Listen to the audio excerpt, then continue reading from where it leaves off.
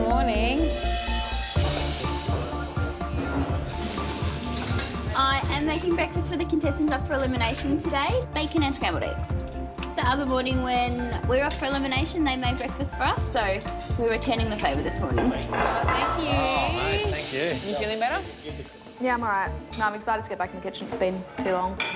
It's been super frustrating. I wasn't able to cook yesterday because I've been sick. The most frustrating part is that that means I'm going into the elimination today by default. Oh, yeah, let's go. I've got your typical teenage job. I work at a pizza shop down the road and I love it. Hey. Working at the pizza shop has made me look at food as more of a career option. This is something I really want, and I want to show Australia that even though I'm 18, I can still cook really well, and yeah, I'm definitely going to give it my all today.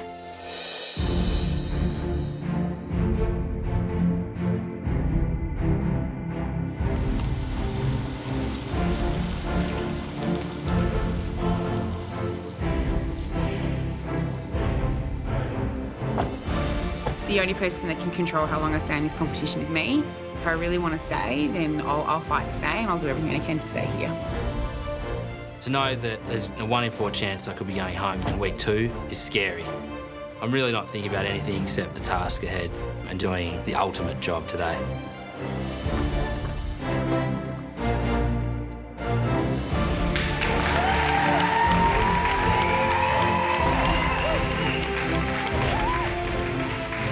Today, if I stuff it up, if it doesn't go to plan, if I put up something mediocre, the dream's over. I have this passion, I need to chase it.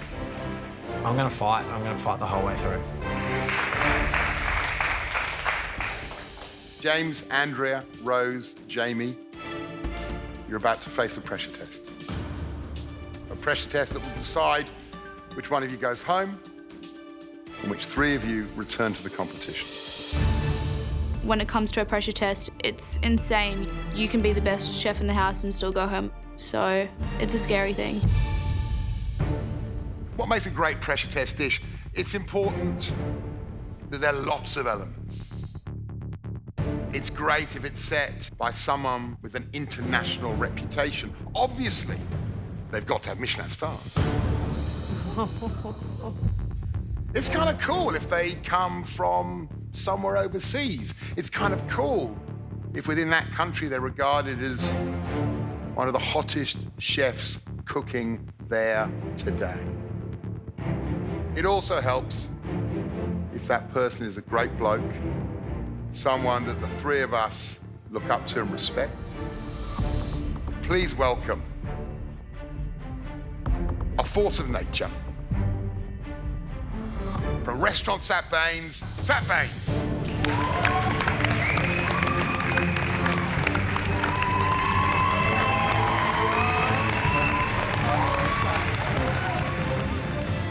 My name's Sat Bains.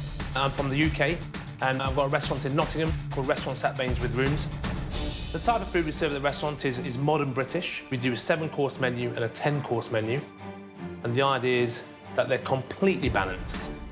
So it's a journey. Balance for me is about taste, texture, temperature.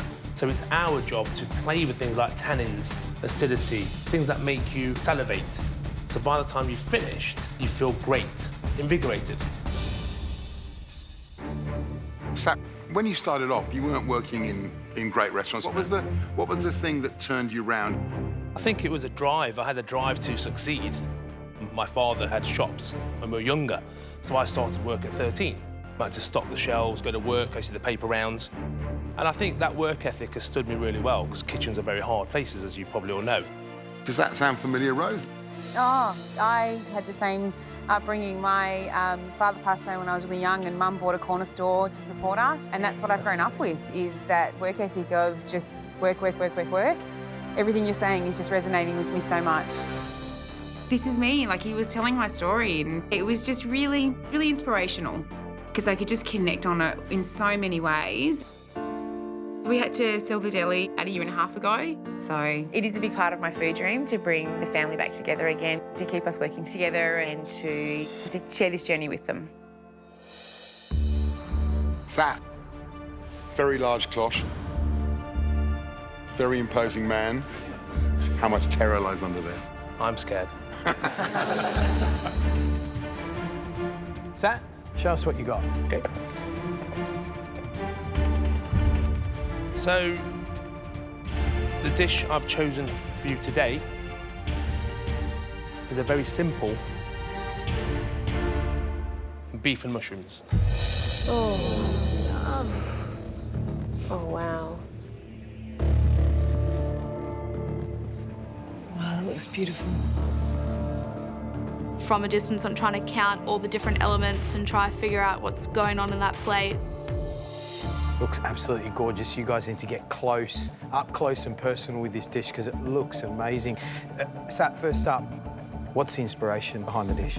Beef and mushrooms is a classic British dish. What I've chosen here is the Wagyu cheek, so it's been braised. We've also got some tartar of Wagyu, so the idea, the contrast of raw and cooked. With that is a little onion oil, little shallot puree, mushroom ketchup and pickled onions. And we finish it with some discs of mushrooms, and then these are actually finished with mushroom powder. Watch how much sauce I put on, because it's all about balance. All you're doing is basting the meat in the braising liquor that just gives it that unctuousness and that lubrication. You're not going to saturate the plate because you would unbalance the whole dish. Sat's food is a work of art. It is the canvas and it's gorgeous and it's really beautiful and it's so far removed from anything that I can do, and it is absolutely starting to freak me out. So dive in. Take almost like a snapshot photograph in your head of flavours. What are the pressure points? What are the major things that could go wrong here? Absolutely, the Wagyu cheek is crucial to get that beautiful gelatinous texture, but cooked. You can't be cutting it with a knife. It has to break, but then it can't be overcooked. The tartar has to be beautifully seasoned. That means you need peaks of acidity and you need it to be salted correctly. The ketchups and the puree, one's going to be sharp from the mushroom ketchup, the other one's more rounded, which is the puree of the shallots. So seasoning is crucial. So the key to this dish is balance. Yes, it should look good, but it should eat better, it should taste better.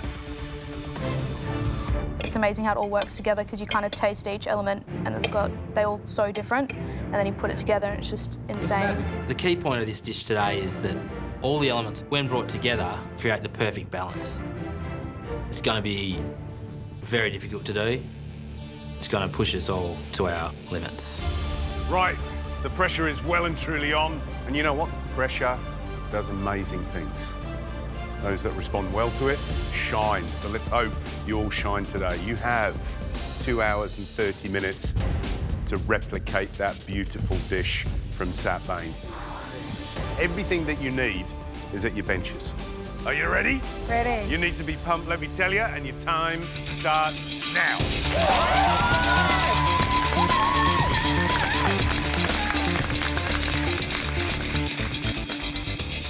I'm not giving up without a fight today. Sat's taken a lot of time to present this dish the way that he's presented it. Plating isn't my strength. I usually just chuck everything in a bowl and off you go and let's eat. For me today, whatever it is that I put on that plate, I just want it to be beautiful and I want to be proud of what I do. And if I walk out, then I'm going to walk out with my head high.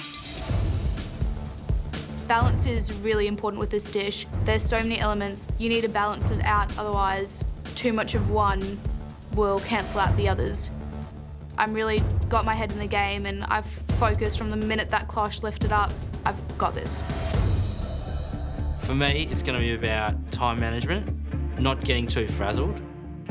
I'm not going to let the nerves get the better of me, but I am really nervous.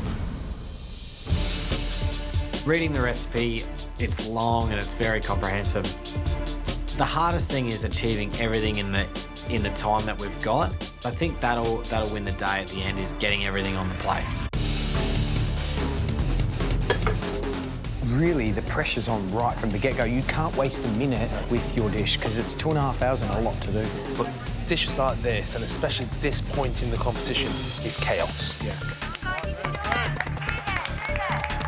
These amateur cooks Literally second week in the competition. This is a dish created by a chef with 2 Michelin stars. If they put up your dish at the end of it, how surprised will you be? I've got to be realistic, and I don't know what standard they're going to produce. I finished reading the recipe and I think I've got it all in my head. So the first thing I decide to do is get started on those beef cheeks. I grab my beef cheeks. I want to make sure that I get all the excess fat and sinew off. I put a good, really strong layer of salt and pepper on the top side of them. I've also got my pan heating, getting that ready to seal my beef cheeks. I grab my shallots, start chopping them up nice and fine. Come on, let's go!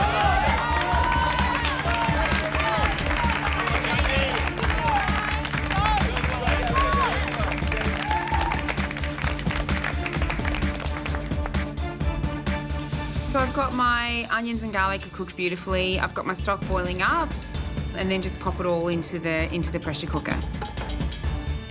All my ingredients are in the pressure cooker. It's all ready to go. I've set my timer for 45 minutes. I've hit start, and I can walk away from my beef cheeks now. Come on, Andrea. Good work, Jamie. Come on, mate. I'm worried. I'm worried. Jamie's doing something different. Did Jamie press start? I think he pressed play. Looking good, James. Good, James. Your cheeks are on. Cheeks are on. That's fantastic. I mean, honestly, when you look at the lineup of you four, you grew up on a farm, so this food is definitely down your alley, isn't it? Yeah, it's suited my style. It's beef and it's mushrooms, and they're things I love, and you know I can really identify with it. So Yeah, I like it. yeah. Now I've stirred them up. My whole family's from an agricultural background. I love sort of the paddock to plate philosophy, and something close to my heart. I want to share that philosophy with other people, and you know, get other people to understand where their food comes from and to see the importance of it. My vision is to have the restaurant on a rooftop overlooking the city, growing what you can on site. I just want to turn simple things into fantastic food. Good, isn't it? Yeah, very good. Well, you've just added a bit more pressure to yourself. Yeah. So we're expecting your dish to be brilliant. Good work, James. Thanks, guys. Good work, James. To make the porcini powder that needs to go on top of the mushrooms, the dried porcini mushrooms need to go in the oven. I get those in and put a timer on and listen out carefully for the beeps. While that's in the oven, I get onto the caramelised shallot puree. 1, 2, 4, 5, 6. Got to bloody peel 20 shallots. Well, double time. If I chuck some up, will you do it for me? You can do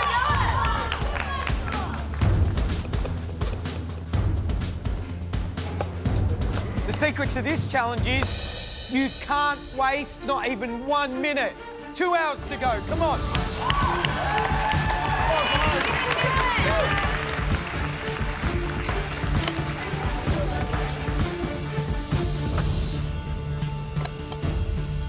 Should we tell him? Yeah, definitely. Wardy, when you've got a couple of seconds, just double check your pressure cooker that it's going down. Yeah, check your pressure Just double cooker. check. 10 minutes have passed, and I go back to check the pressure cooker, and I realise that it's not on.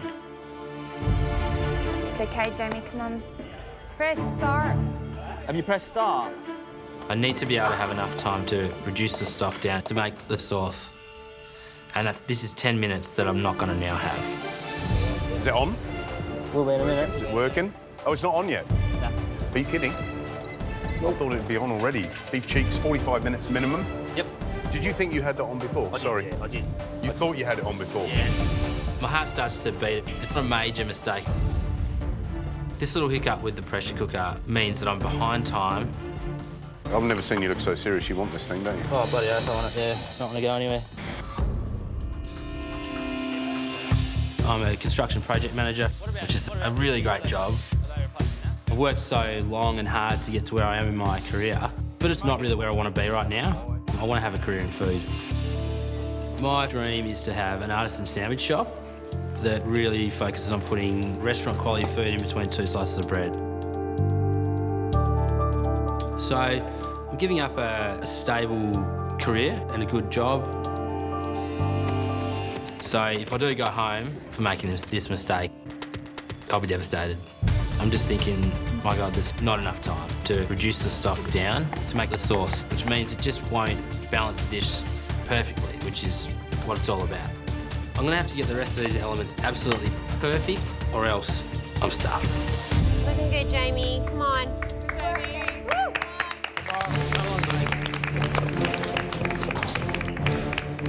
I've finished chopping 20 shallots for the caramelised shallot puree. I need to cook these shallots with butter and oil over a low heat until they're translucent, and then crank up the heat a bit and cook them until they're caramelised. I put in the chicken stock and let that simmer for a couple of minutes before I chuck it all into the mixer and allow that to puree.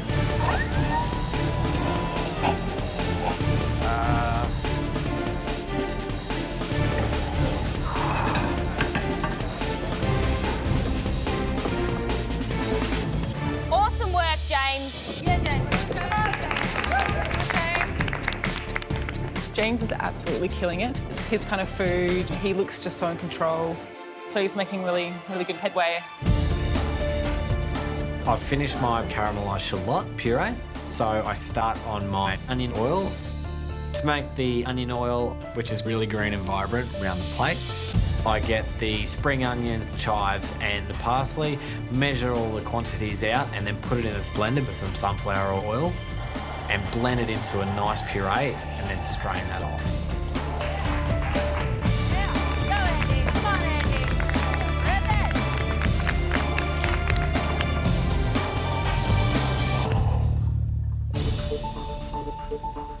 So James is moving through the recipe a lot quicker than the other guys. But I'm starting to get a bit worried about him because Rose, Andrea and Jamie have all been tasting as they go. Looking at James, he doesn't seem to be tasting as much as the other contestants. If he doesn't start checking the different components of the dish, he could really start losing control of the flavours.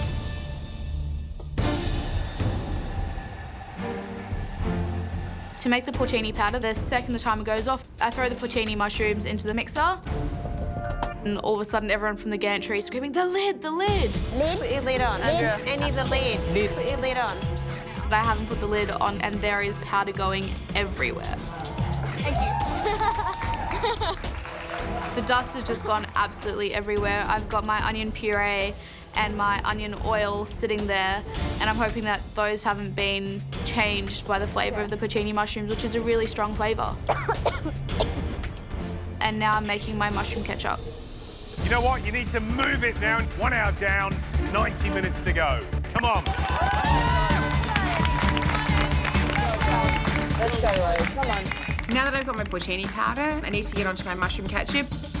It's a really important part of the dish. It adds a really beautiful zingy flavour. So I'm weighing out some mushroom stock, sherry vinegar, soy sauce and the agar powder into a saucepan and getting up to the boil. Yeah, Rose. Yeah, Rose. On the right track, baby. I take it off the heat, I set it into a bowl, put it in the ice bath, just let it sit, and just all it needs to do now is set to a nice firm jelly. Once it's ready to go, then you pop it into the mixer and blend it. So keep it on low and just let it go. I grab my mushroom ketchup after it's finished blending, put it through the strainer, and then I whack it in the sauce bottle, and that's it, done.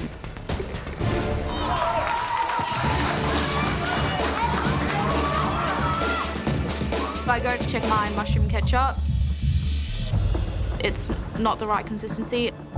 It's kind of just become chopped jelly. I think I've majorly stuffed up somewhere in the cook. I know that the mushroom ketchup was super important for the balance that Sat spoke about this morning, but I've still got so many other elements to focus on. I just decide to leave it. If I have time later, I'll come back to it. Come on, Andrea. Good work, Andy.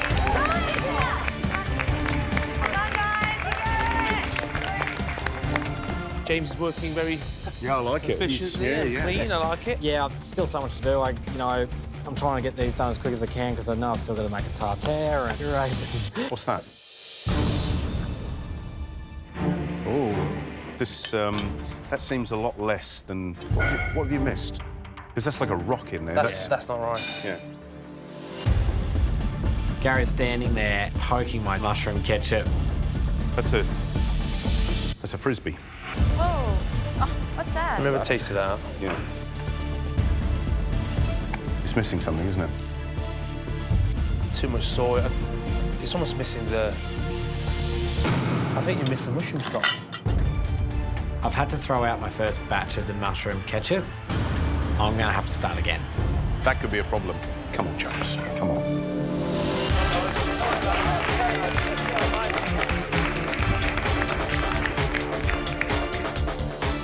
Time is my friend at the moment. I was out in front, now I'm running behind, but I've still got to do it. This is it. This is the fight. You're fighting for everything. I don't want to go home yet. Any pressure test about one thing, getting your timing right. 1 hour to go. Come on,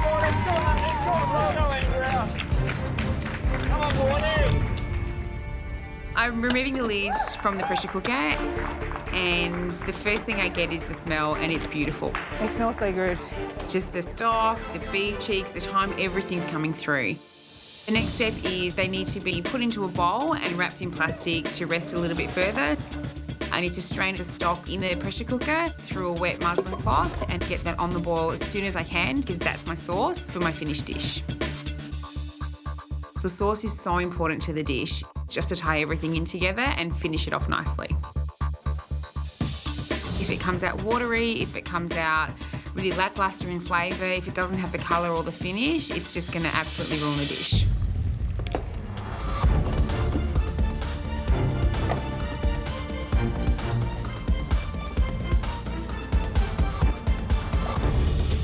I can hear everyone else starting to reduce the stock. The mistake with the pressure cooker means that I need to wait 10 minutes before I can get the stock onto the stove. Go, Andrea!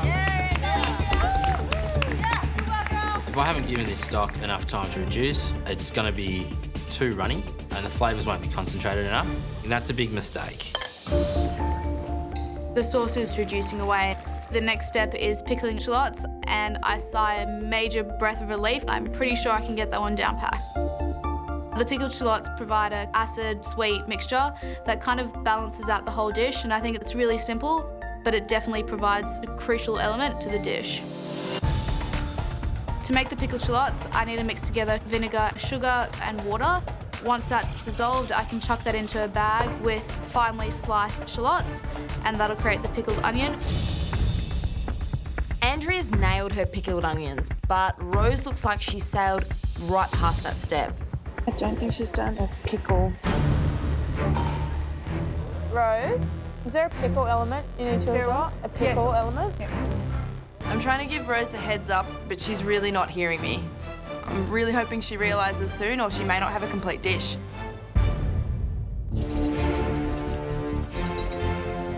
All right. Yeah, better? I'm happy with my second batch of the mushroom ketchup. A lot better with mushrooms in it. The weight of the world has been taken off my shoulders and I'm feeling back in control. I sort of click into beast mode and get pumping and go for hell and leather. I've strained out the mushroom ketchup and I've put it in the ice bath and I'm starting to make my pickled onions. Go, Jamie. So finally, it's been 10 minutes. I get my beef cheeks out of the pressure cooker and I know I need to get my stock onto the stove. I really need as much time as possible to get this stock reduced right down to a nice syrup. But I know I'm pushing it. Come on, come on! With everything that's going on in my head and in the cook, I don't realise that I've put my strainer over a lit burner. What's he doing? I've got the muslin hanging over the edge and before I know it, Whoa, whoa, Oh my God! Go like that. Something to yours. Breathe, Jamie. it's just chaos. I'm running around frantically. I've got elements everywhere. There's bowls and plates and forks and knives and spoons. I'm all over the place. Just take your time, Jamie. You'll be fine. I'm against the clock here. I need to hurry.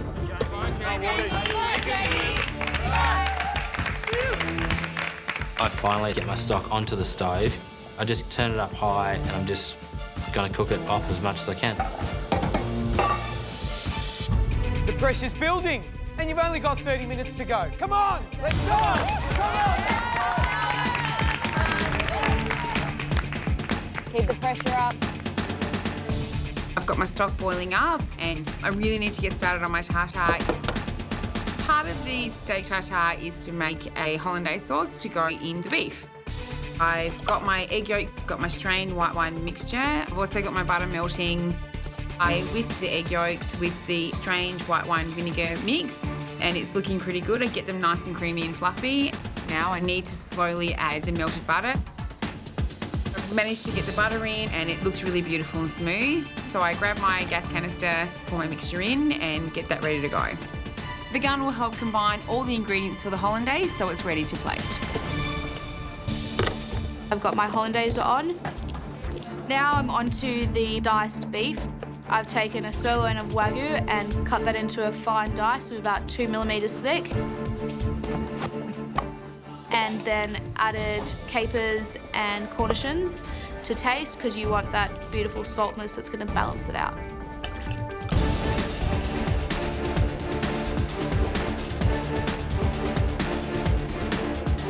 So many little techniques, so many little elements, but now is the time for confidence and bringing it all together. 15 minutes to go. Come on, let's go.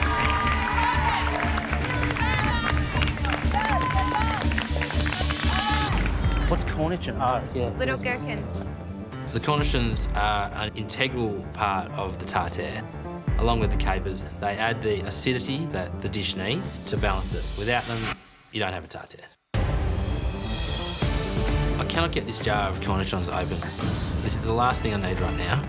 My hands are slippery, I can't open it. Whoa, just bang it on the bench. Ooh, careful.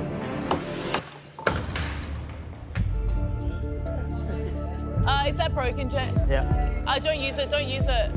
I'm looking at my jar of cornichons and there's glass everywhere. I can't use any of them. I'm going to be left with a tartare that does not have one of the crucial elements. It's just a disaster. I run over to Andrew's bench and I ask if I can have some cornichons. Can I borrow one of these cornichons? Well, not borrow, but take, thank you. Go on, Mordy. Come on, Mordy. Hang on a minute. 2 cornichons? Jamie, what are you doing? Andrew has given you a lifeline and you need more than 2 cornichons to put on these 4 plates. With only 2 cornichons, the tartare is going to be completely off, and with this dish, that could be enough to send you home. You got to slice your mushrooms. You got to correct your sauce, and of course, you got to plate up. And you've only got 10 minutes. Come on, let's go!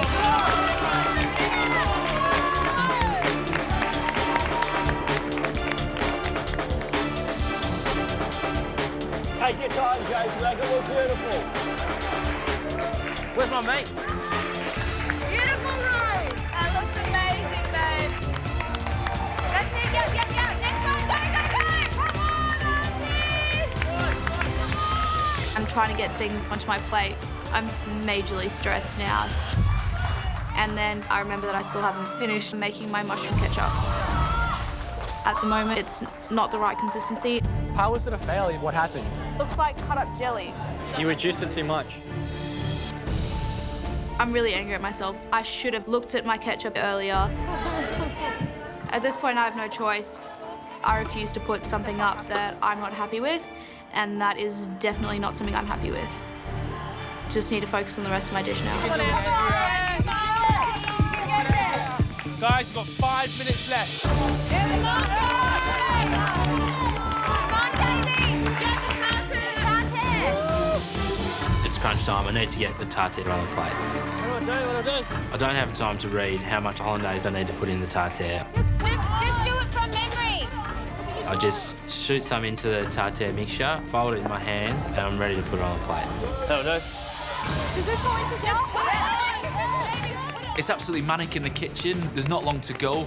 You know, the pressure test can get the best of even the strongest cooks. James is messing up his tartare.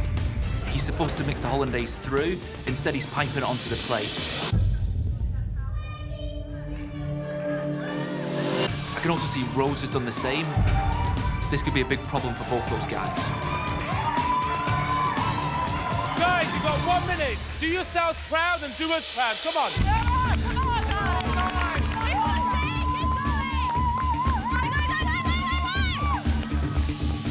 I'm racing to get this dish plated up. I race across to grab my sauce, I look at it, it's nowhere near reduced enough. Don't panic, just breathe. I really needed that extra 10 minutes that the pressure cooker could cost me. There is a very good chance it's me that's going home. 30 seconds, come on, let's go. Push, push, push, come on. Come on, Jamie. Pickled onions. Pickled onions, where do they go?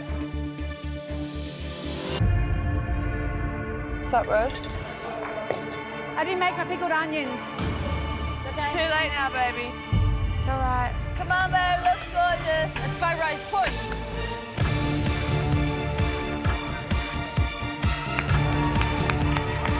Come on, Andrea. That's it, put it on now. This is it. 10 seconds.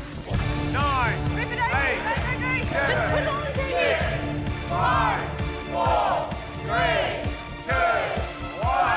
That's it. Tools down. Time's up. I didn't do my pickled onions. I have forgotten to put the pickled shallots. I've forgotten to make them altogether. You did the best job. You did the best job. It's all right, Rose. I can't believe that after working my guts out for the last 2.5 hours that I missed that. It's those little mistakes that can send you home, and that's really weighing on my mind. I look at the dish and my biggest disappointment is that the mushroom ketchup isn't on it, but I'm happy with the flavours, so I'm hoping that that might just save me. Look, yeah, I think it's okay. The beef tastes good, the onion oil's good, purees are nice. I think I'm pretty happy. You all right, James? James's dish looks fantastic. It looks really similar to Sat's. The big concern for me is, I didn't see him taste during the cook, so does it taste like Sat's? Even though it was a 2.5-hour challenge, that was hard for them. Really, really hard. Who would have thought beef and mushrooms could test them that much? Well, they did. Shall we get the first dish in? Let's do it. What's going through my mind is pretty much sheer terror. I've made mistakes, yes, but I've cooked my heart out today. I'm pretty happy. Whether it's perfectly balanced or not sure. I hope it's enough. So, Jamie, what do you think to your dish? I'm happy with the dish, I think. I'm proud that I got through it. It was literally one of the toughest things I've ever done.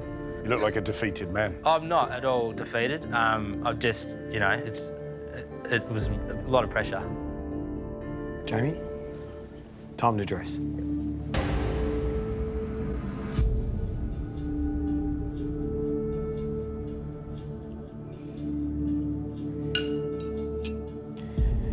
Jamie, thank you. Thanks a lot.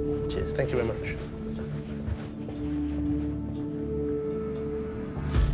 I think everyone at the bench flinched when that sauce went on. It's the glue, that thick, sticky jus is the glue for this dish. If you look at it from its viscosity, there's no depth in the sauce itself.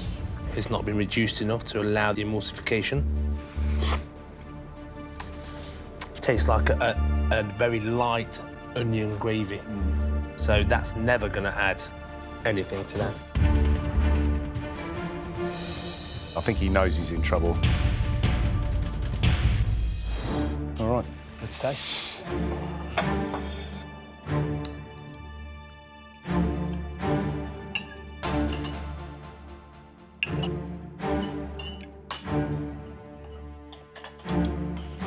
You have any Cornish on your tartare? Yeah, just capers, Matt. Yeah, just capers, Matt.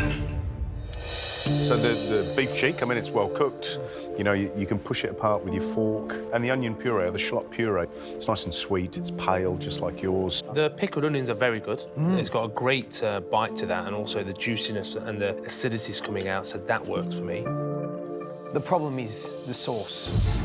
For me, that's a big problem because it binds the whole dish together. It gives it that intense flavour, and it's just runny, and obviously it's not coating and making that cheek really beautiful and yummy.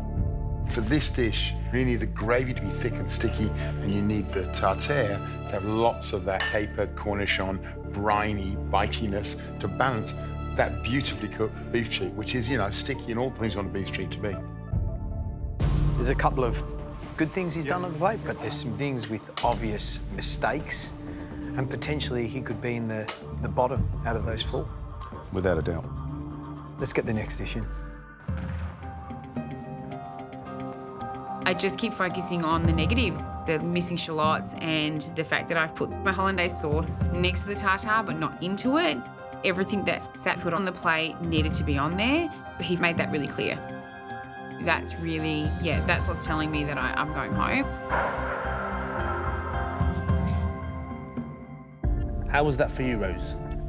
I didn't mix in the sauce with the beef tartare, so I'm just absolutely kicking myself, and I missed the pickled onions. So, yeah, in my mind, 2 pretty big things that should have happened. Were you happy with the cooking of the beef and the seasoning with the tartare? Yeah, absolutely. I was rushed with the tartare, but I actually stopped and took my time and made sure that I had balanced the amount of cornichons to the capers. I know how important it is to make sure the balance of everything is right, and I hope that I was able to do that. Rose, this is it. Time to dress your plate with the sauce, and then we're going to taste. Great.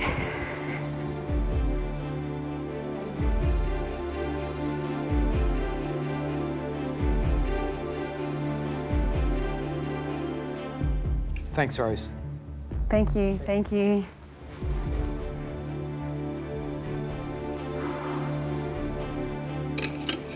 So that just looks so enticing. It's poles apart. It's glossy, it's shiny, got lovely colour. Clings onto the spoon. Yeah, it's a great sauce. Yeah. It's very good.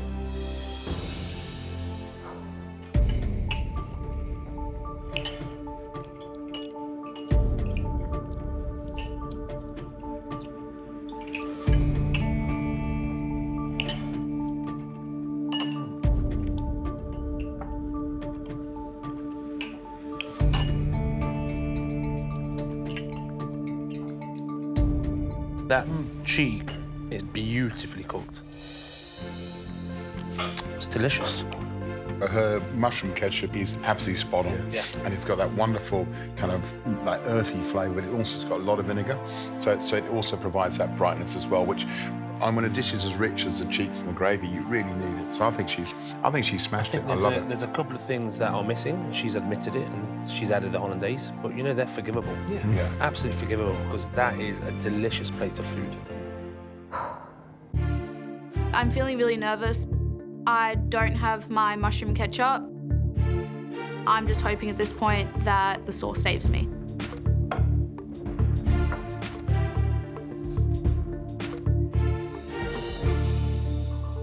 Okay, so how did it go?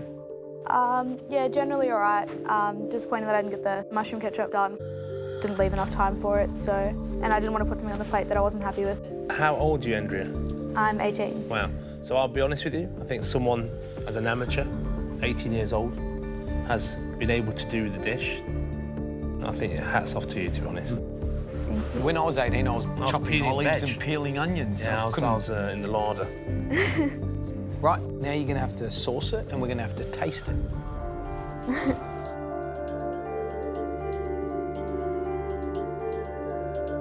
Well, that's better. Consistency looks all right. You happy with that? Yeah. That looks good.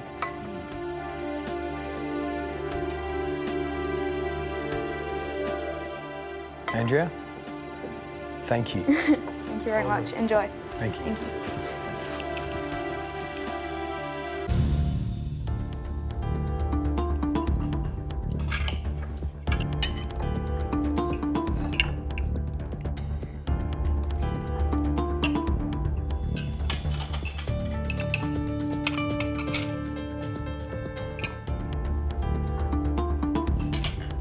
Beef is lovely, the tartare's well seasoned, the sauce is amazing. That's absolutely the best so far, I reckon. I love it.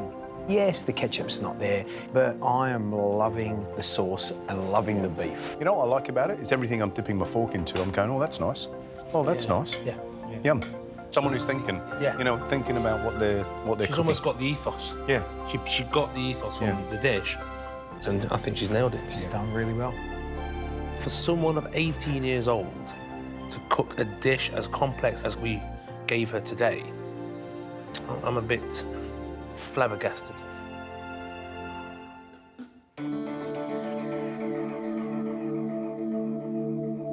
As I'm walking into the judges, I'm proud. I feel really confident. At the end of the day, everything's on the plate, so the dish should balance.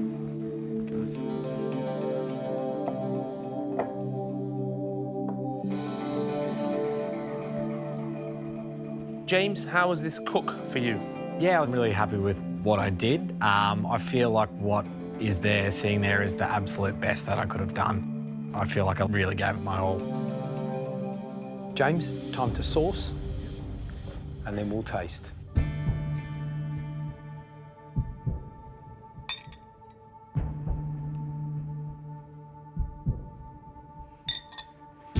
Thank you. Thanks, guys. Enjoy. You can I say, I reckon, I love the way he's clustered all those elements around those little kind of rocky outcrops of beef cheek. It's got a really nice rhythm, that dish. It looks really good. Right, shall we taste? Yeah.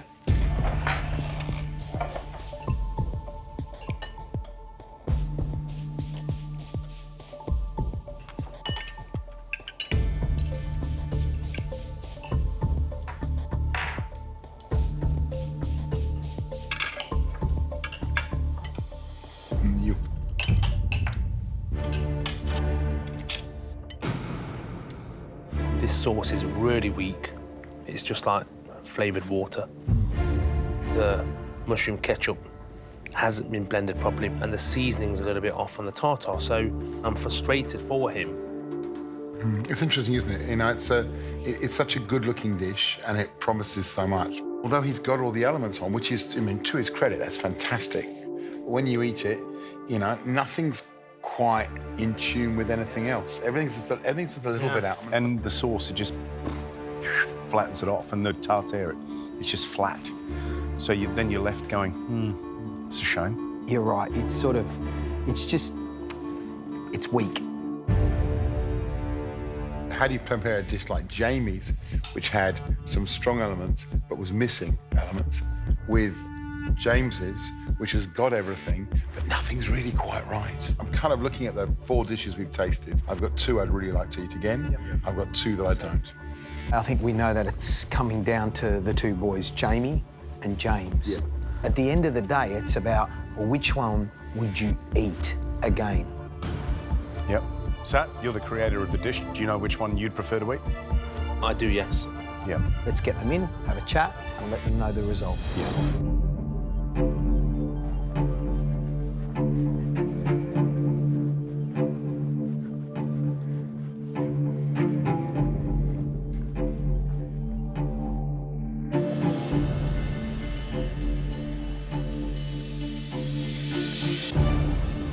How'd they go, Sat? I think they did very well. I've had professional chefs test that recipe. They did it from the exact same box as you did, and they did struggle. And so well done, first and foremost. 2 of you really impressed me, and I think that as amateurs, that you cooked to a standard that I thought was very impressive. I can't believe amateur cooks could pull that off.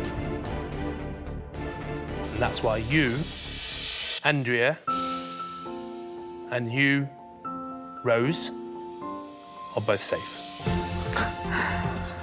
Congratulations. Oh my gosh. Well done, guys. Very impressed. When you have Sat Bains sitting in front of you, telling you that you've created one of the best dishes of the day, which is a recreation of his 2 Michelin star dish, it's the weirdest feeling I've ever felt. Jamie, James, it comes down to you 2. One of you is about to go home. Jamie, your sauce was too thin, and there just weren't enough cornichons in the tartare, and they play a real seasoning role. However, the elements that worked well. James, your dish looked great. Thank you. You had all the elements on the plate. But none of those elements were quite right. I'm sorry to say, James, that's why you're going home. Yeah. It's a bit hard to hear that I'm going home because I came into the kitchen fighting, I gave it my all, I got everything there, but the flavour wasn't there, and it's disappointing to be going home after 2 weeks. Equal parts shocked, equal parts happy, and equal parts devastated as well at the same time. That's mate. James was a good mate and a good bloke, and I didn't want to see him go. James, I know it's only been a short time for you, but in terms of memorable dishes, you've left us with the flavour of that French onion soup on the three of our lips, because that was absolutely delicious. James, on that note, we thank you, but it's time to leave the MasterChef kitchen. Thank you. Thanks, guys.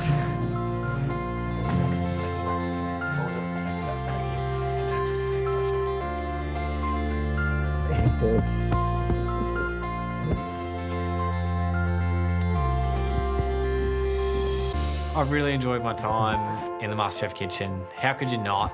Every day you're in there cooking, doing something that you love and doing something that you're passionate about.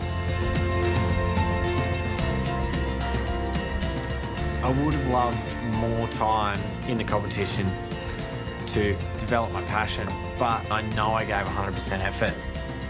And I'm walking out of the door with my head held high.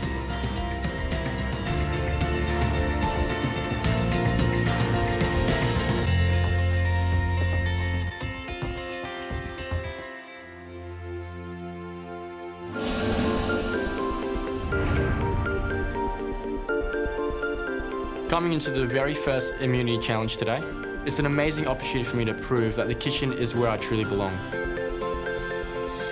Winning an immunity pin would bring me one step closer to achieving my dream of owning my own dessert bar. But I'm up against Jessica and Reynolds, and they're going to be tough competition.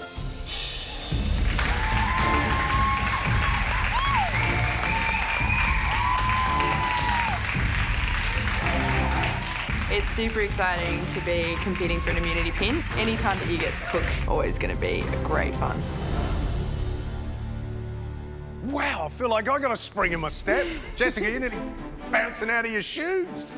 I love it. Love that kind of excitement, and very different wearing a white apron versus a black one.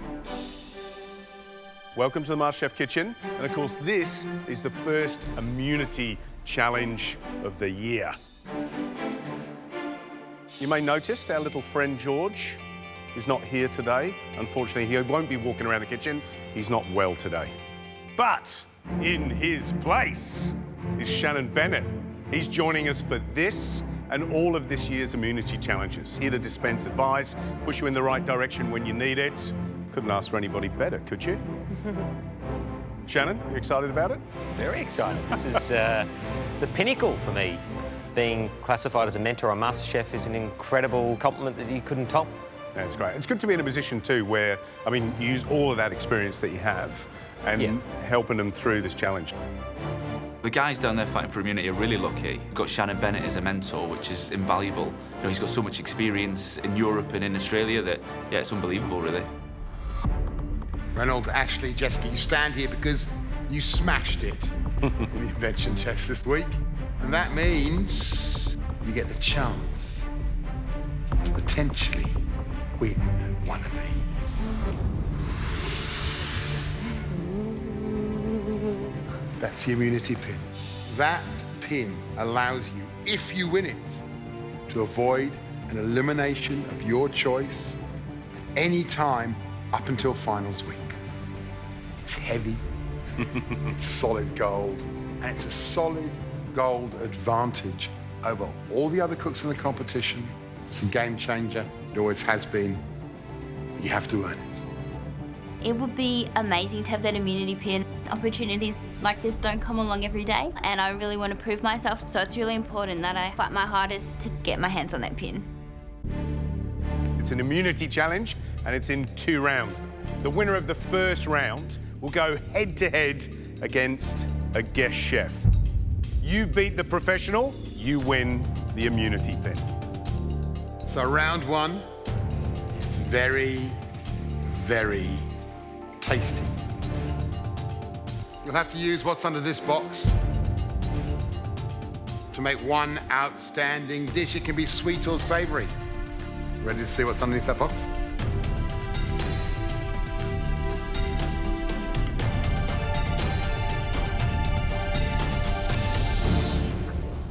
Come on, Jess. Dinner of choice. Come on, Randall. Shannon lifts up the box, I'm thinking, oh no, like, what is this thing? Well, Shannon, some might call it a toasty, some might call it a jaffle. What would you put in that little baby over there? I call that just decadence and comfort at the same time. It's part of Australian food culture, in my opinion, and it's something that I think all good chefs have one great jaffle recipe. I eat so many jaffles. I'm so excited that I get to make Shannon better to jaffle. We all have got a great story about a jaffle and some of the weird things that go into a jaffle. I haven't used this machine before and I have no idea what to do with it, and I don't have a jaffle recipe up my sleeve at all. The rules are simple. 45 minutes, open pantry, bring us a jaffle that's gonna wow us. Simple cheese and tomato toasty, delicious though it is, ain't gonna win you that chance to cook for that pin. You ready? Your time starts now. So as time starts and we're running into the pantry, I have this very clear vision of what I want to make. My favourite jaffle is a bolognese jaffle.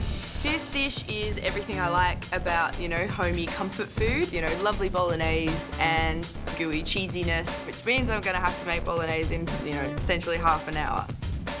Is that everything I need? The first and only idea I really have is to go for a sweet jaffle and play on the flavours of chocolate and orange.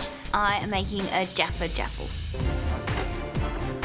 Having never made a jaffle before, I don't know what the rules of making one are. So I'm gonna go out on a limb and I'm gonna reinvent the jaffle as I go along. I see some apples, I'm thinking to myself, you know what, I'm gonna go with apple pie. I think it's gonna be a great idea.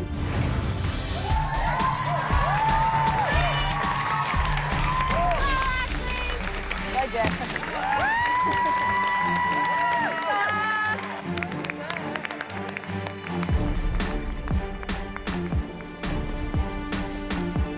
The first thing I do to make my jaffle is get started on making some candied orange. I take some strips of the orange peel off and finely slice them, and I blanch them a couple of times to remove the bitterness and cook them down in a sugar syrup for about 10 minutes.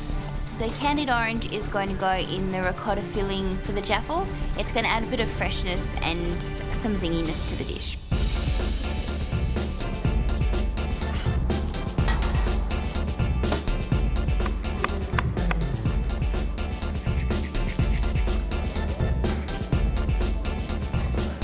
Reynolds, something sweet. What a surprise. What are you making? I'm gonna make apple pie. Apple pie. Okay.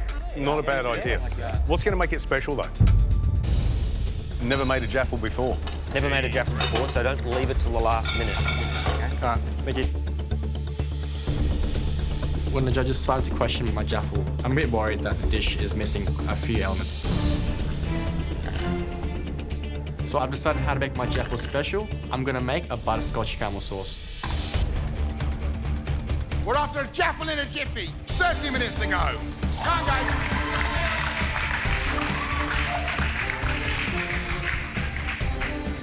I've only got half an hour to make this bolognese, which is not as much time as you would normally have, so I really need to pack a whole lot of flavour in there. Tomato paste, balsamic vinegar and red wine are my little artillery to make it taste like it's been cooking for hours. I'm just browning off my mince. I really need to get all this tomato in here just to get these flavours homogenised. Gotta get this bubbling away and then I can think about everything else. My favourite part of a jaffle is the really crispy, cheesy bits on the outside, so I'm going to try and enhance that today. A little bit of parmesan and the crispy pancetta. So I put my pancetta in the oven, and then I really need to get this sauce going. I need to get the tomatoes in there so all the flavours can meld before it goes into the jaffle. Make sure you get your iron on hot when you're ready, so you're not doing it at the end. Put your jaffle maker on. Get your jaffle on. I'm feeling a little bit flustered, even though the cook's going quite well. The time is disappearing a lot more quickly than I thought it would. Yum, Ashley! You're cooking dessert tonight, Ash. I'm putting in the salsa caramel sauce to add an extra gooey element to the dish and also to balance some of the sweetness from the other elements. Let's go, Reynolds!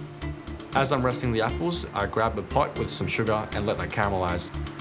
I grab some butter and some cream, let that just incorporate together and make a butterscotch.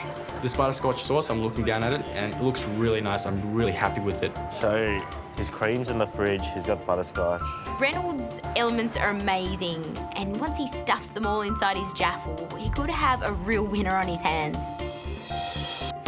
If I can win immunity, it'll be a huge safety net for me. Last week for the Elimination Challenge, I felt pretty scared coming into it, and feeling that pressure and stress, I don't want to repeat that again.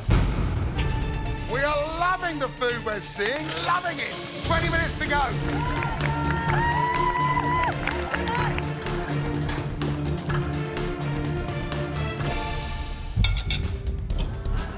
Hey, Ashley. Hello. What's going on?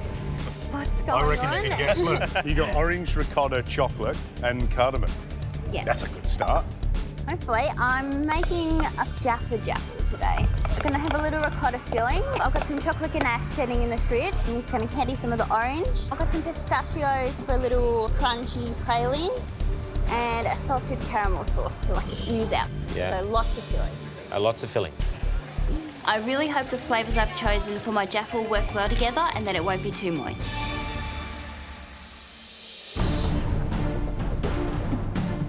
For my bolognese jaffle, I have a lot of cheese to grate here. I've picked 3 cheeses and there needs to be lots of all of them. But we've got raclette, we've got cheddar, and we've got some parmesan. So the biggest gun in my armoury is the raclette, which gives it stretchy. So you want super cheesy, stretchy, so delicious. The issue you've got is the balance, isn't it, between the filling and the cheese. And make sure you've got enough punch in that cheese without it overloading the bolognese. Absolutely. Your jaffle maker's already on, heating up? It is. Great.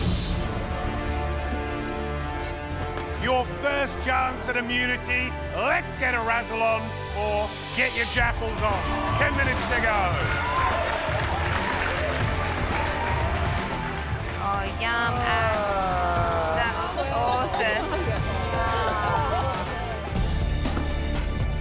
All my elements are coming along nicely and I'm feeling quite confident. So it's time to put the apple mixture into my brioche and into the jaffle maker.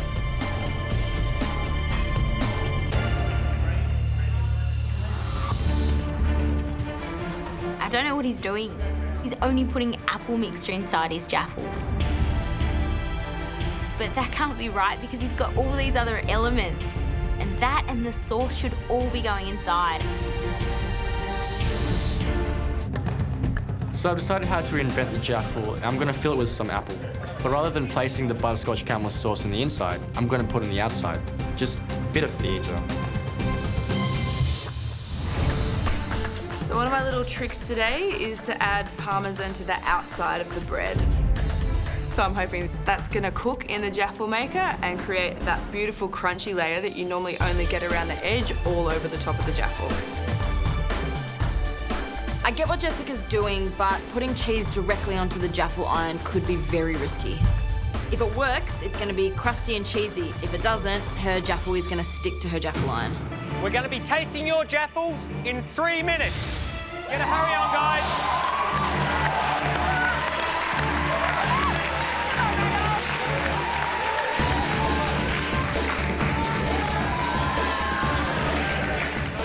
I am feeling a bit worried that the filling is quite wet and that it might make the brioche go really soggy. It's not very crispy though. It isn't. Just leave it in there till the last. You've got time. At this stage, if it doesn't go crispy, it just won't be nice to eat. It won't have the right texture and it'll be a bit of a disaster. I just have to leave it in the jaffle iron for as long as I can and hope that it's enough time to make it golden. I haven't used the jaffle machine before. I don't know when it's going to be ready. How long does it take? When the light goes green. That's how it works, man. So the little green light on the jaffle machine says ready. I know never to trust this. It's never ready. It always needs a little bit longer. So I've left it in a little bit longer, but I really want to check on them just to make sure that everything's traveling nicely. I open it up and everything sticks. Both pieces of bread to each side and I start to panic. bit stuck. Remember, this is about going head-to-head to win a chance to get immunity. 1 minute to go. It's coming out. Good job.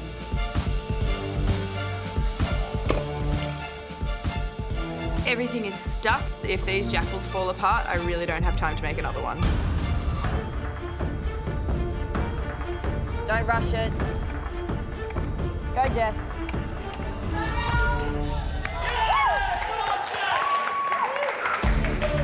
Superb! They fall down and come out like a dream. I'm super happy. So it's time to plate up the jaffle. I'll start with the sandwich. Then I add the toffee apple skin, fresh apple, raspberry, and some mint. And on the side I have the cinnamon stick, lemon cream, and the butterscotch caramel sauce. Looks good, Reynolds. Love it, mate, love it. Reynolds' jaffle looks absolutely amazing, but is it a jaffle or is it a dessert? 10 seconds. 9, 8, 7, 6, 5, 4, 3, 2, 1. Jaffle's down. Time's up.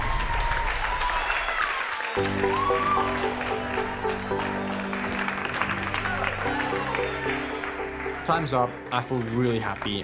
What I put in front of me, I'm really proud of. It's the first time I made jaffle, so yeah, I'm really happy about that. Looks amazing, actually. Time is up. I'm really happy. They look beautiful. The bolognese tastes great. I'm just a little bit worried about the cheese in the middle. The three of you had 45 minutes to create a delicious jaffle, and it has to be delicious if you're going to stand a chance to go into the next round. So, first up, Jessica. I really, really want this immunity pin.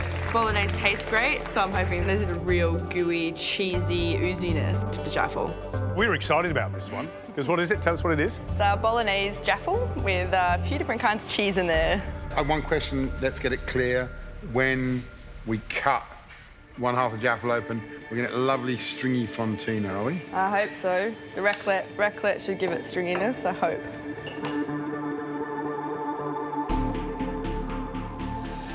Okay, now. Okay.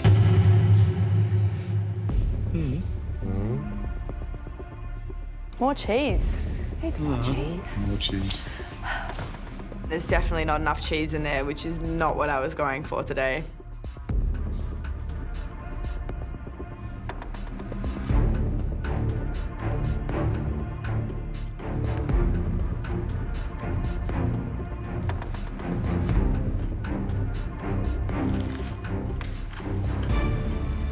There is absolutely no doubt that it's super crunchy. And that Parmesan and the rye bread, I think, are really good choices. So big thumbs up on that one. I love it. You hit the childhood memory on the head. Seasoning was really good. Crispiness was excellent. I actually really like it with that fresh basil inside there. So, commendable. Jessica, you've forgotten the fundamental rule of a toastie, the cheese toastie. No matter how much cheese you put in there, it seems to disappear. But if you'd had 3 times as much cheese, that probably would have been the right ratio. But well done. Really, really good jaffle. I was a bit shy about putting the amount of cheese that I would put on it at home, and that's what I should have done. Hey, if we're going to sort something out today, never be shy. You certainly know what Matt and I like, so there you go. Nice work.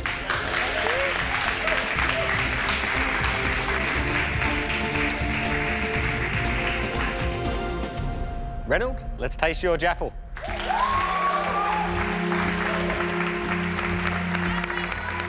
I love the theatrical side of food, and especially reinventing. I think this jaffle is looking great. I'm proud of myself. That's a snazzy jaffle, isn't it? So what's that? It's just the lemon cream. What is the actual dish? So this is an apple pie, jaffle. Looks all right, doesn't it? Oh, there's more.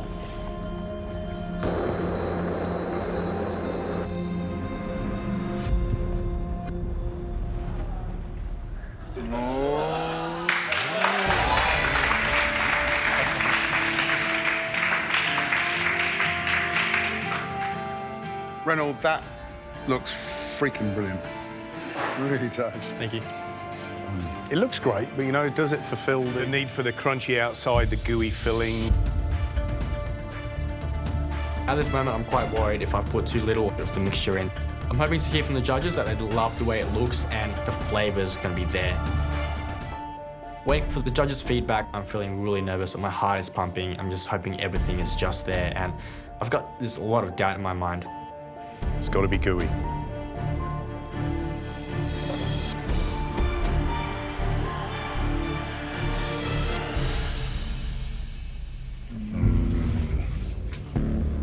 Looks a bit dry in the middle. All the goo's on the outside.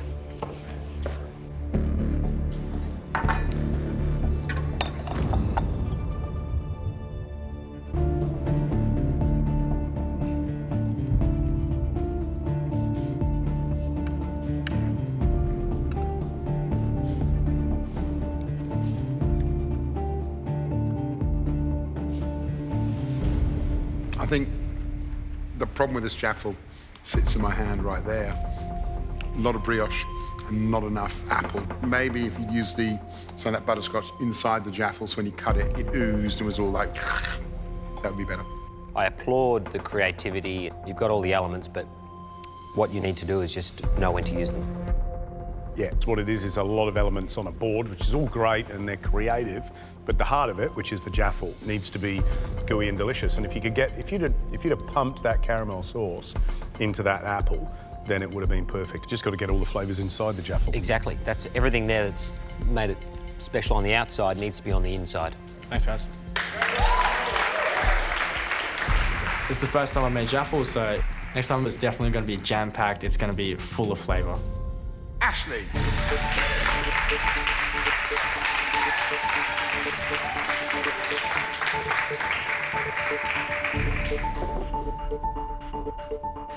Tell us what's inside that jaffle. When we cut it open, what are we going to see? It is a jaffle. So it's got a ricotta mixture with chocolate and pistachios. It's got some chocolate ganache and some salty caramel sauce. The big question is that brioche going to be crispy? Because it's a soft, buttery, rich bread, isn't it? It certainly smells nice. It does, smells great.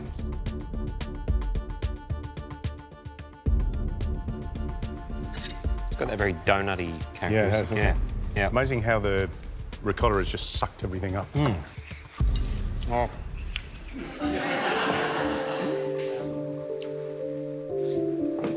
Oh my.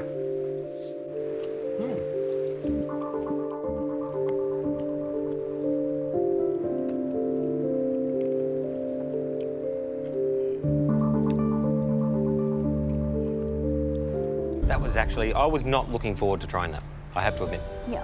But I completely misjudged because I tell you, that taste was amazing. I loved it. I love that little hint of cardamom in there as well. So, you know, it surprised us, I think, hasn't it? Yeah.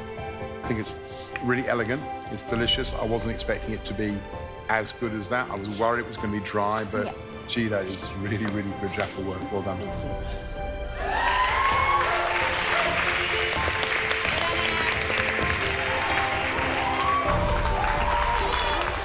I'm really happy that they love my jaffle and that I got such great feedback. I'd love an opportunity to cook off for that immunity pin. I think we're delighted at what we've just seen. I don't think we thought we set a jaffle challenge we'd see so much creativity in those 45 minutes. Sadly, only one of you can cook off against the top chef the chance of winning this pin. The winner of the jaffle challenge today is...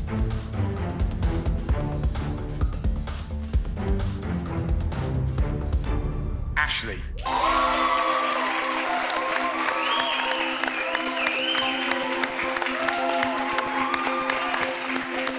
Ashley, come and collect your white chef's jacket. I can't believe I was picked for the first immunity challenge. It's amazing. Well, congratulations. Thank you. Watching Ashley put on the chef whites the first time this year, it's quite inspirational. They really suit her as well, so it's exciting. Ashley, one step closer to immunity. How do you honestly feel? I'm excited. I am feeling nervous, but I'm excited though. That's good. Good. Feeling positive. Well, there's only one thing that stands between you and that immunity pin, and it's a chef. A chef we're really pleased to have in the kitchen today. He started cooking at 16 years old, has been in the kitchen for 18 years, has worked around the world, started in Perth, then ended up being the head chef at Cha Cha Cha in Brisbane, which was named best steak restaurant in Australia. Then he moved to Euro, at that time one of Brisbane's best restaurants, and now he has his own place, which is, in its own right, the current Brisbane Restaurant of the Year. You have your work cut out for you, Ashley. From Gerard's Bistro in Brisbane, Ben Williamson.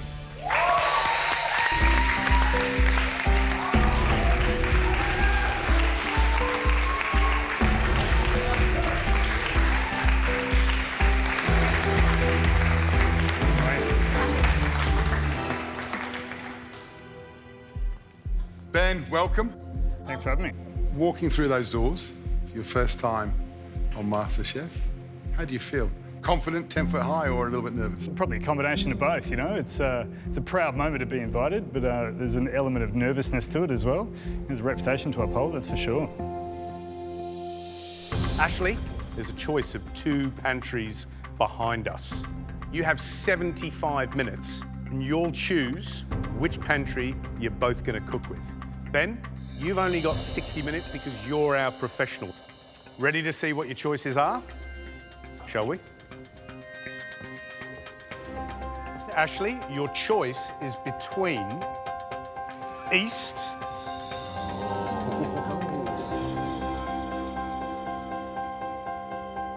or West.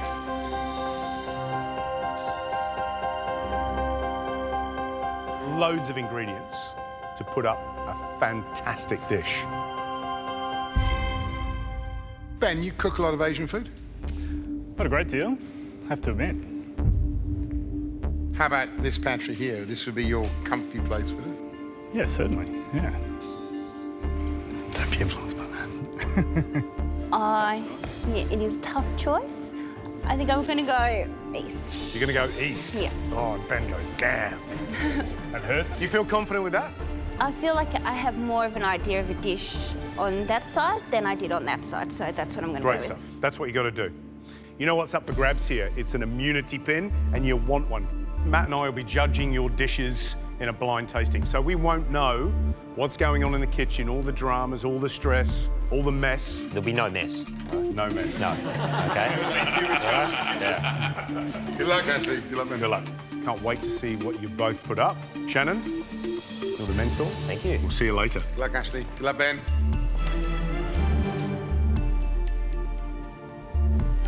Ashley, you've chosen the East Pantry. Good luck. Thank you. Your time starts now.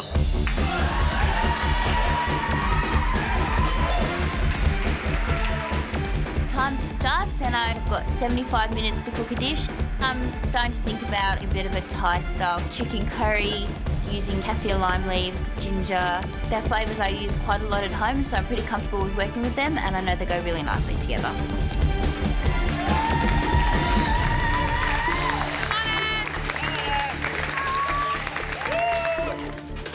The first thing I do is soak the dried chilies to go into the curry paste. I have to be really careful the curry sauce is well balanced, that I don't overpower it with too much chili.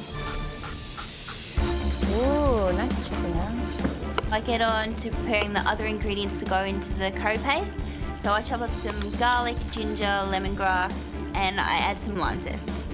Ashley seems to be really charging ahead. She's just so calm, she's in control. Yeah, she looks like she's doing a great job. Ashley, you've had 15 minutes. Yes. That means there's 1 hour to go. Ben, your time starts now.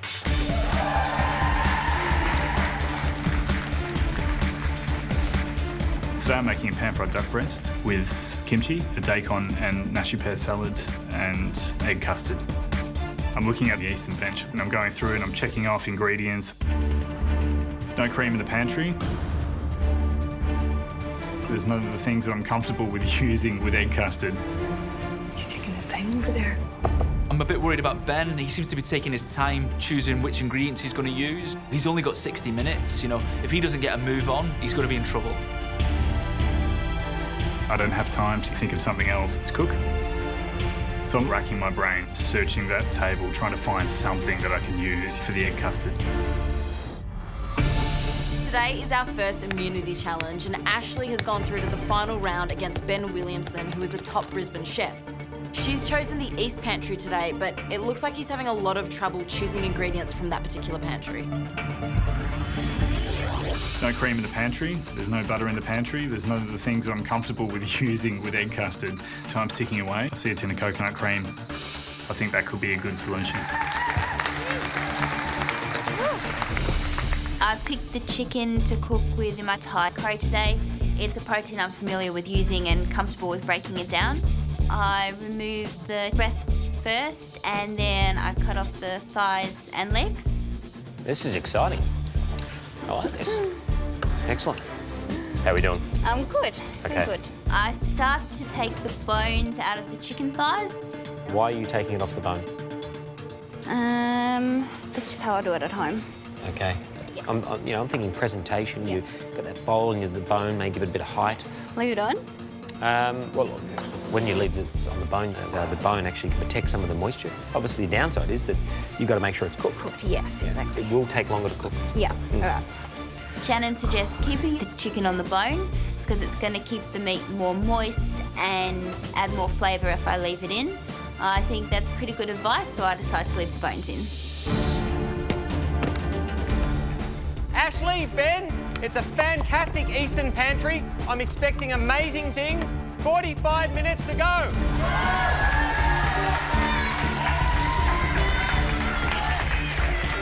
Kimchi is a Korean dish of fermented cabbage and chili. And it just gets this really, really good sweet depth and this beautiful kind of effervescence to it. How are we doing, Ben? I'm starting to pull it together now. We've got some good Chinese cabbage, spring onions, whole millet. Interesting. Yeah, so the millet, well, I'm going to get that out and have a go. I was looking for something I could puff in the end. Yeah, I never tried to puff the millet, but I'll give it a go and see if we can pull it off. The only thing I'm missing, which is making me a bit nervous, is some cream for that custard. So it's just going to be pure egg. You know, I went over there and got some coconut cream to see how that comes through. Coconut cream would be good. Good luck, man. Cheers.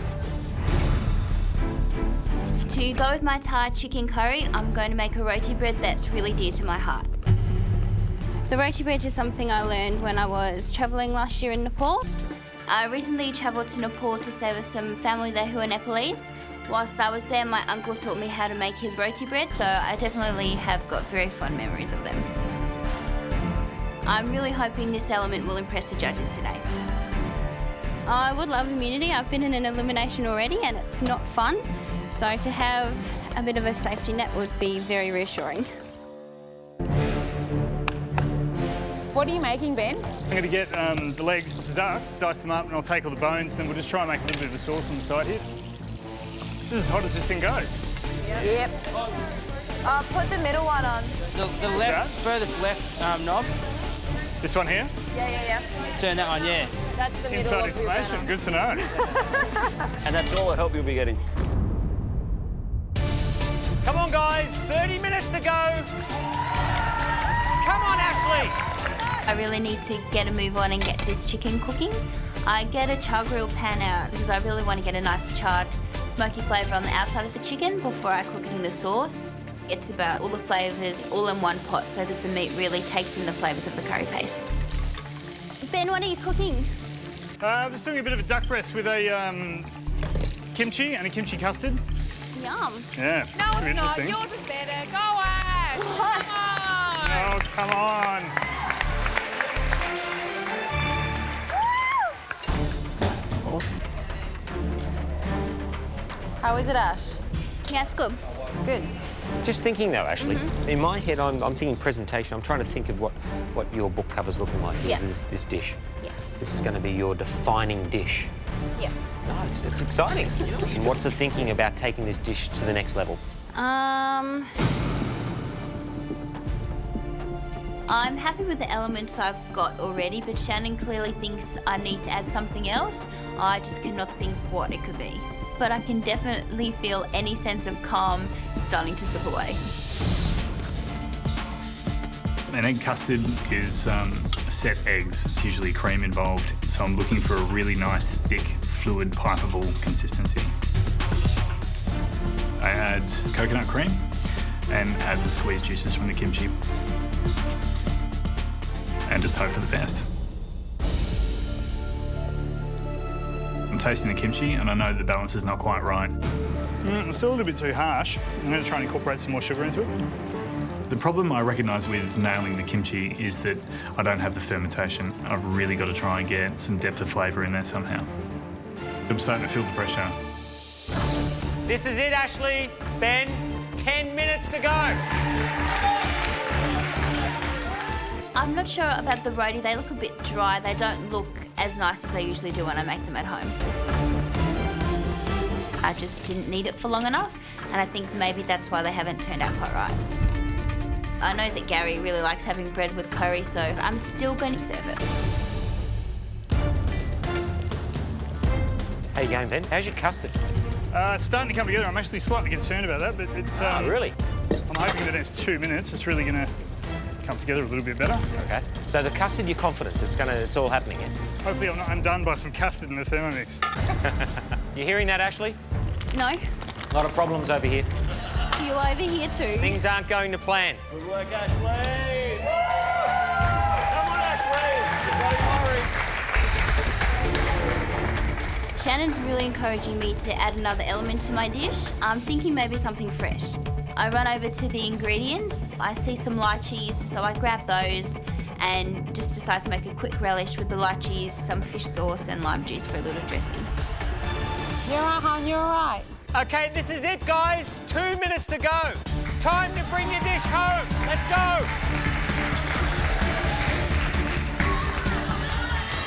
So tell me what's going on with the custard. I'm stressing about this a little bit.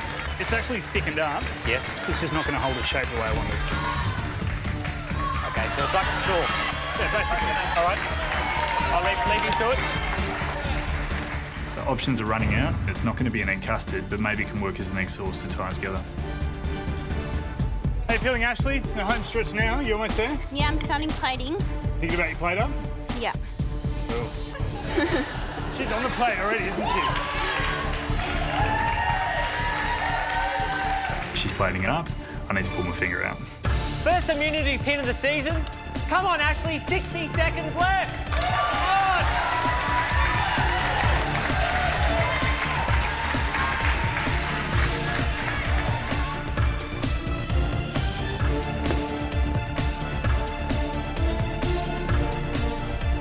Okay, it's that time again.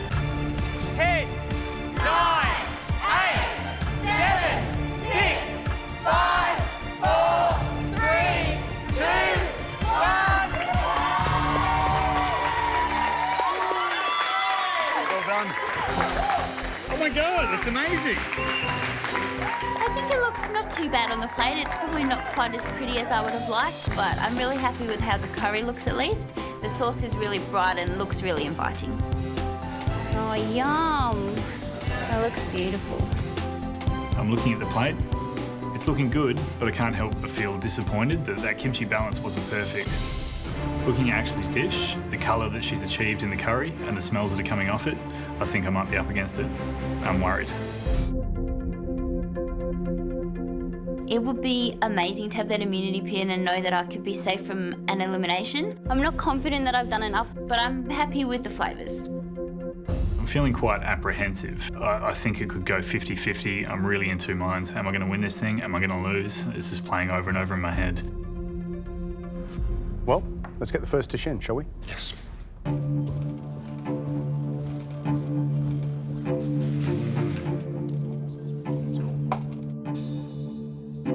Here we have a Thai chicken curry, a lychee relish, roti, and some coconut rice. That looks good. It does look great, doesn't it? Yeah, it really does. All the bells and whistles, and we know that, Gary, you can't stomach a curry without some carbs, and you've got a choice of two. That's heaven. That little lychee relish or chutney, that's clever thinking. I like that. Hot, sour, fresh, you know. And you know what high expectations. You know what I love about this dish? We don't have to worry about George not being here and plating up, because this is a shared dish we can plate up ourselves. Perfect. Right, let's do it then. Lovely. Is that all right? I get nervous. It was perfect. But George, I think, would have put it around the edge. Would have piled mounted on one side. Oh, that smells good. Smell that. There's more than just chili coriander in there. It's got some complexity. Really good.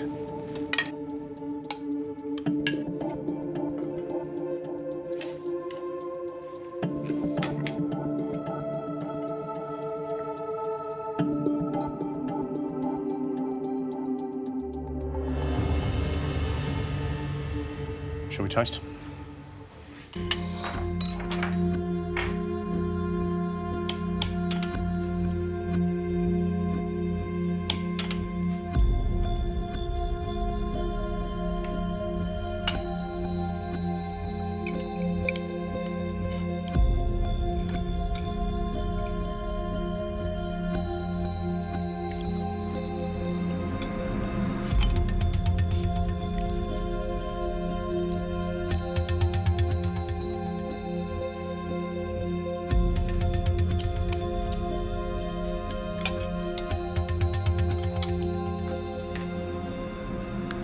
I love that sauce. You know, it's dark, it's interesting. It does all the right things. It makes you go, oh, yum, I'll have another spoonful. And I like the grilled element in that chicken leg. I think that's really good.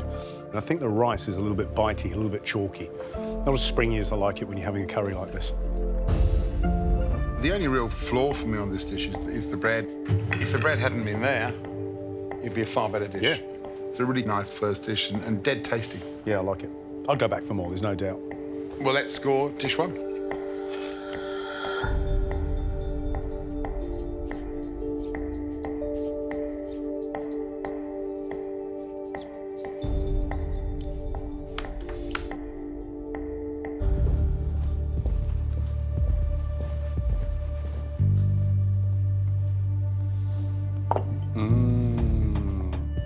So we have a pan-fried duck breast with kimchi, puffed millet, and a daikon and nashi pear salad. Lovely, crunchy, crispy, lovely colour on the duck. Yeah. Oh, it's good, very, very pretty. Yeah, you better play it. You do have 395 years of experience. And I think what George would do is probably just push that to one side.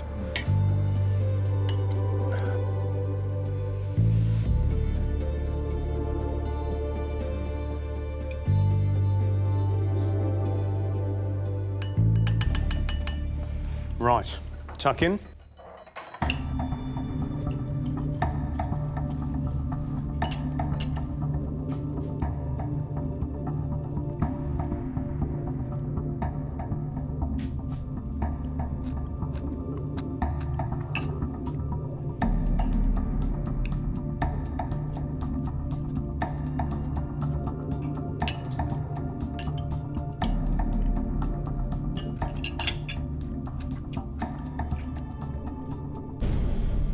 It's a very fresh, summery dish. Really fresh.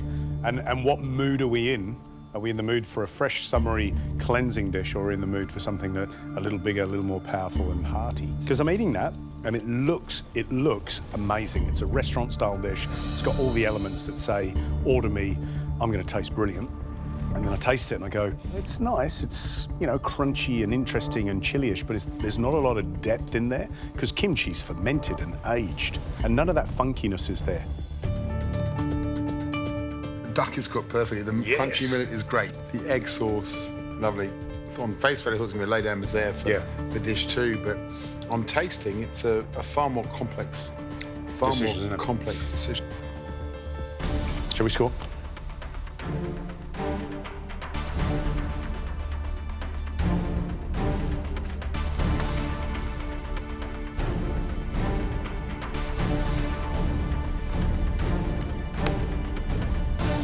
I've scored, you've scored. Shall we? Yeah, let's.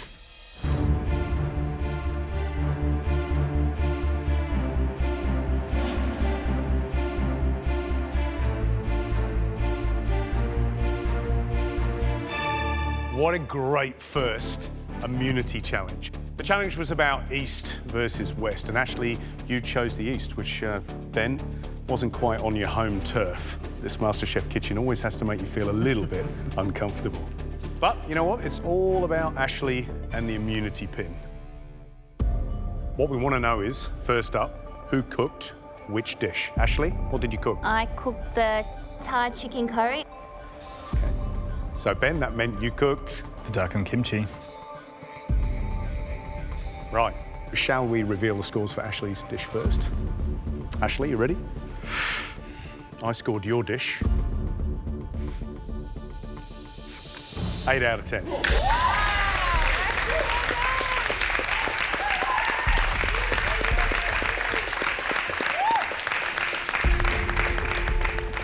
I loved the complexity of the sauce, and especially, like every good curry, that little film of flavour which reveals itself as a thin layer of oil was absolutely spot on. But that rice was just a little bit undercooked and chalky. Ashley, Yes. I scored your dish 7 out of 10.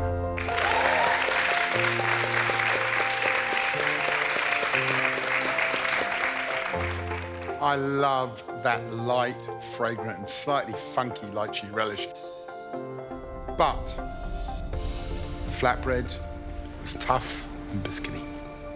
Well, Ashley, that's 15 out of a total of 20 points up for grabs. Now to you, Ben. Moment of truth. Oh, yeah, go on, tell me, are you a little nervous? Yeah, I'm nervous. Good, I'm glad about that. I scored your dish, and it was a tough one.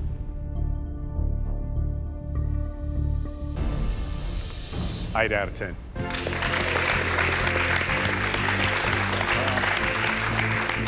What I loved about your dish, Ben, was the duck was cooked absolutely perfectly. Couldn't have done it any better. And I loved that little puffed or crispy millet on the plate. Delicious. The kimchi looked fantastic, but what I was looking for was that depth of flavour and that little funkiness. Put me out of my misery, Matt. Gee, we know Gary loves big flavours. I love big flavours too. And that kimchi was just missing. But otherwise, the egg sauce, the cooking of the duck, the millet was impeccable cooking. And that's why I gave you an 8 out of 10.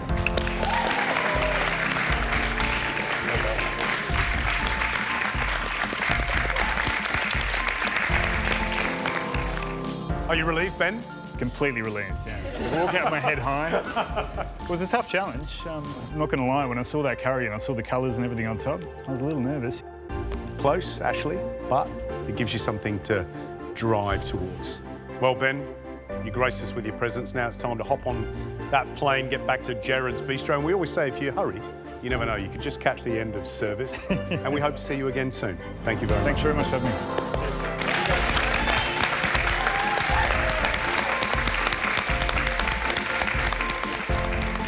It was so close between Ben and I. There's only 1 point between us. We have come so close. It is just the most amazing feeling, and I'm feeling really proud of myself. Ashley? Yes. You have established yourself amongst this lot as the one to watch. Well done today. Thank you. Brilliant job. Well, Shannon, today you turned from long-term MasterChef tormentor into just the mentor.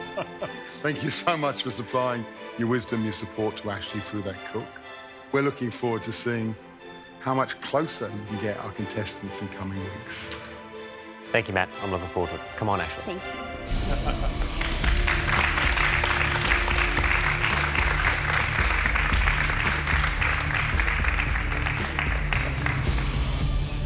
Go home. We'll see you tomorrow for a massive day.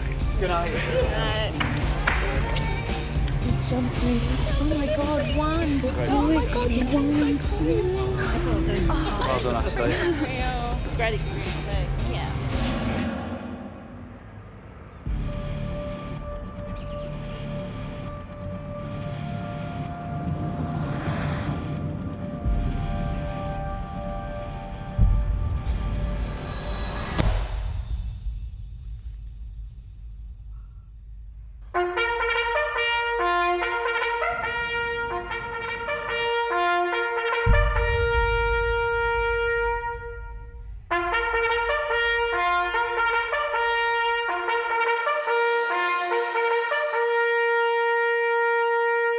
Did we set the alarm to horn? Like, what's going on?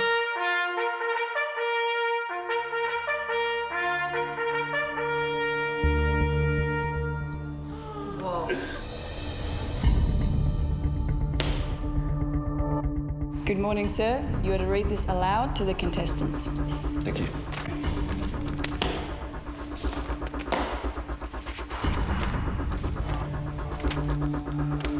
Today, you are being deployed to Bridges Barracks at Puckapunyal. You must report on base at 900 hours to be briefed by your commanding officer for the day. Get ready for duty. Team challenge, guys. Let's go.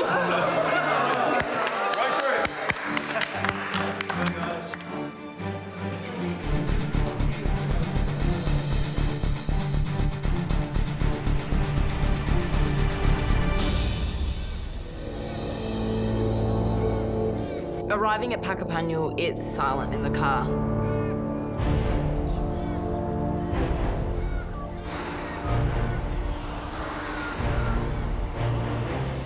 Parade will advance in review order. It's just amazing, and we're just looking around in absolute disbelief.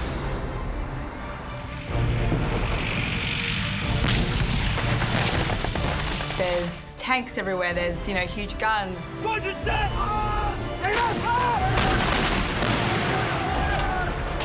Lots of men in their camouflage outfit, all the soldiers, all the troops. It's incredible, it's like nothing I've ever seen.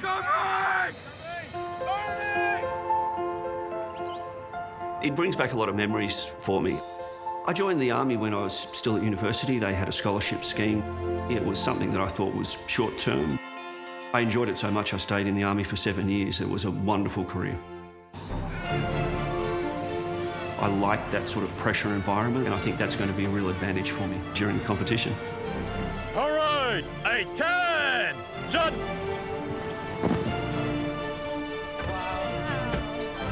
There we go, boys. I'm so excited. Guys, look where we are. This is incredible. I'm officially intimidated. We see this expanse and like 60 soldiers just standing there. Parade, quick, march.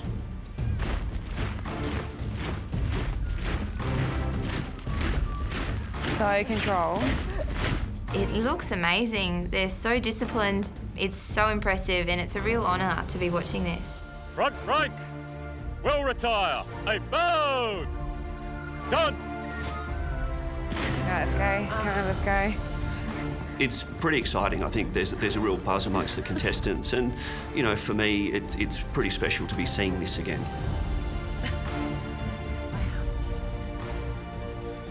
Front rank will advance. A bow. Done.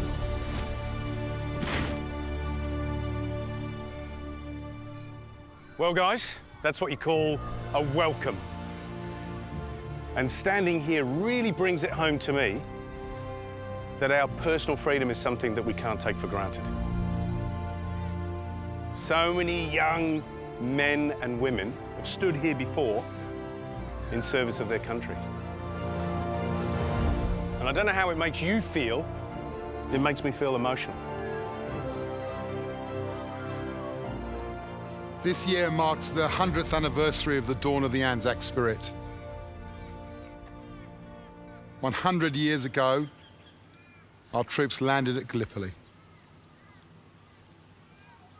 For 8 months, they displayed a combination of endurance, courage, discipline, and mateship that has become known around the world as the Anzac spirit.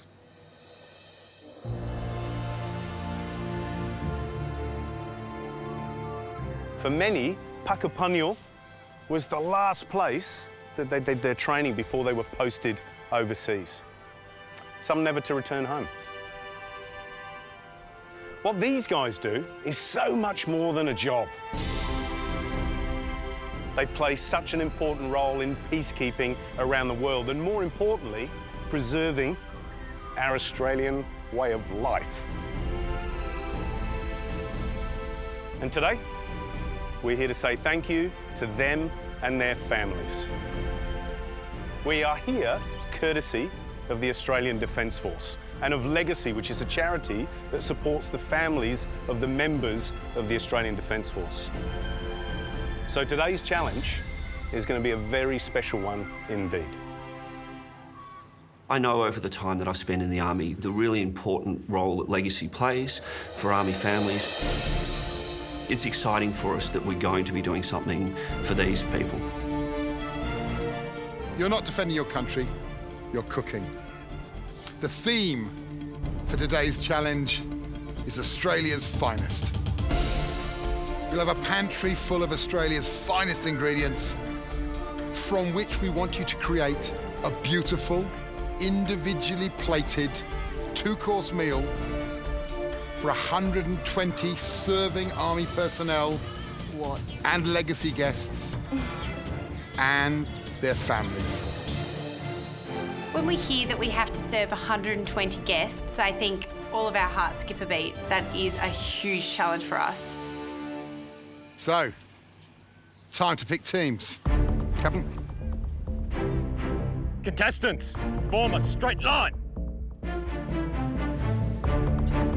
Keep moving down. Every second contestant, by the left, one pace forward, march.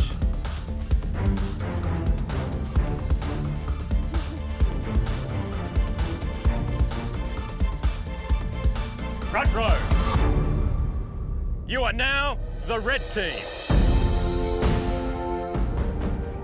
Back row, you are the blue team. Right, guys, red team to the right, blue team to the left. First thing we need to do is choose captains. Who's willing to step up, take control, and take charge? Yes. Well done. Step forward. I'm really pleased that I'm going to be leading this challenge today for our team, particularly with what this challenge is actually about. Blue team, what about you? Me? Stephen? Yeah, why Step not? forward, mate. Well done. I am an Australian citizen now, and I do call Australia my home. And I think I can lead the blue team to victory. I think you need to remind yourself what's at stake today. The contestants from the losing team go straight through to tomorrow's elimination. The meal, importantly, must honour the Anzac spirit and celebrate Australia's finest ingredients. You have 2.5 hours to prepare your meal and then 90 minutes for service. You ready? Yes! Good stuff. Your time starts now. Go team. Let's go, guys. Go, Millie. Come on, please.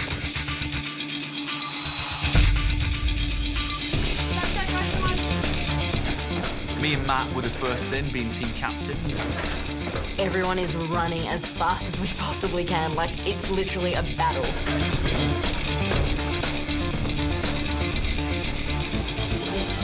We run into the pantry to see what's there. Straight away, I'm drawn to the lamb racks. It's a quintessential Australian dish, so I decide that's going to be a great thing for us to present for our main course. Come on, guys. There's racks. There's lots of racks. Let's go rack. So I think we're looking at a lamb rack. Matthew's running the show and telling us what are we going to do today. So, Amy, Frenching? Frenching. Yep. Yeah, Frenching. I assign everyone a task, and I put Sarah second in charge. So to be clear, guys, we've got a lamb rack. We need to season it. We're going to put it in sous vide. We've got a jus on the side. We need a mash. Prep sous vide. Let's start. Let's get. I'll get some food. Go, red team. Go.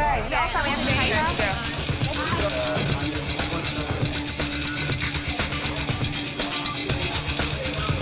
How are we going? Yeah, good. Semi-Freddo. Because a semi-Freddo doesn't need to be churned. Yeah. And it'll still be creamy. Ashley is really strong at desserts. How are we going to plate it? We've got these molds. So I'd be mad not to put her in charge of creating our second course. We're looking at an Anzac biscuit crumble, a lemon curd. We're taking the golden syrup element out of the Anzac biscuit and putting it into a semi-Freddo. So you crack on with the curd. You're right with semi-Freddo. Crumb, good stuff. The biggest concern is making sure that semi-Freddo is perfect. The dessert will pretty much be ruined if the semi-Freddo is not right. It's the main element on the dish.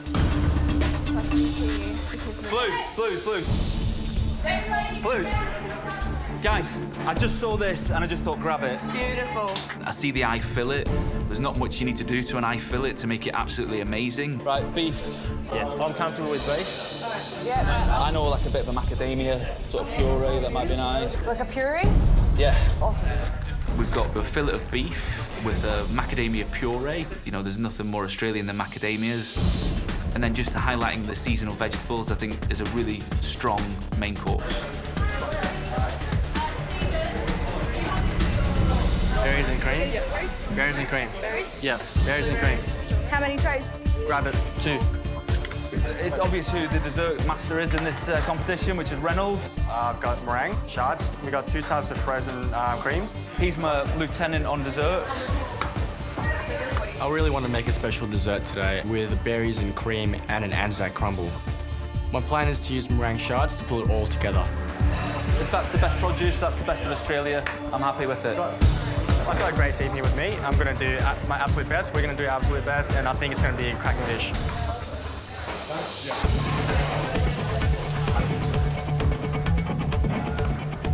I think that the combination of lamb rack, mash and asparagus will go really well together on the plate. We haven't cooked for 60 people before, so it's really important that we get our portion sizes right today.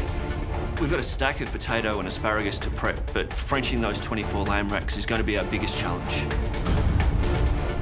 As long as the soldiers are happy, as long as the families are happy, then I'll be happy.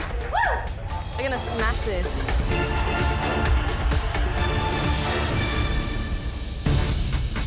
I'd trim up dough. If we can get more macadamias. I've given myself the task of doing the macadamia puree. It's a key part of the dish that we're putting up today. Stephen, that's all the macadamias. OK, perfect. So I just grab all the bags and I just start making it. So the macadamia puree is raw macadamias with olive oil, water and white wine vinegar and salt. I think it's delicious, as Australian as you can get, really. I think it's an important part of the dish. Stephen? Yeah? I've just looked at that macadamia nut puree. Yeah. You don't like it? No. For me, it doesn't work. The pressure's really getting to me, scrapping the macadamia puree. It's not something I want to do. Trust me, if you don't want to be deterred, if you want to stick with your idea and you feel confident about it, you go for it. Because my idea of food is different to yours. I love being proved wrong. I love it. I know. Deep down, I know it can work, but we need to change it somehow. I think we need to use the macadamias somehow, otherwise the dish falls apart a little bit. Only from the Australian perspective. Yeah. Stephen's went to a lot of effort with this puree. So I suggest that adding a parsnip puree to that might complement and go really well together. Like I would maybe like taste this with the meat, like and taste the texture, like of that. Right, OK. So he gives me the thumbs up and I get straight onto that.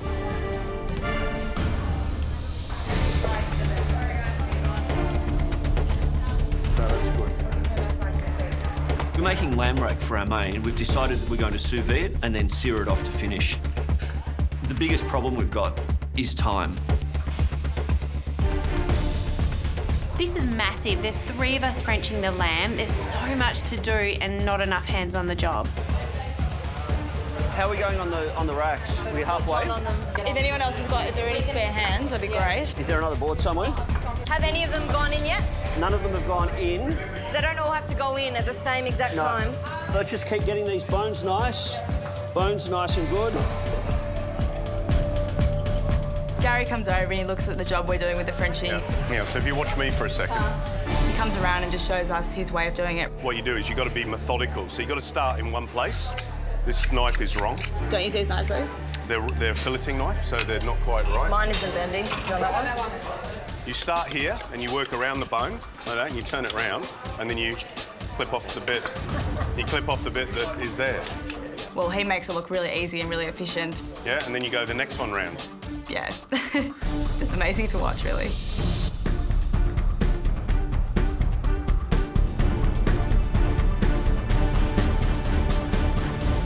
You worried? Absolutely. I'm worried. Guys, 1 hour to go. Gary and I are concerned. Right now, you need to move your butt. Let's go. Come on. Come on, let's go.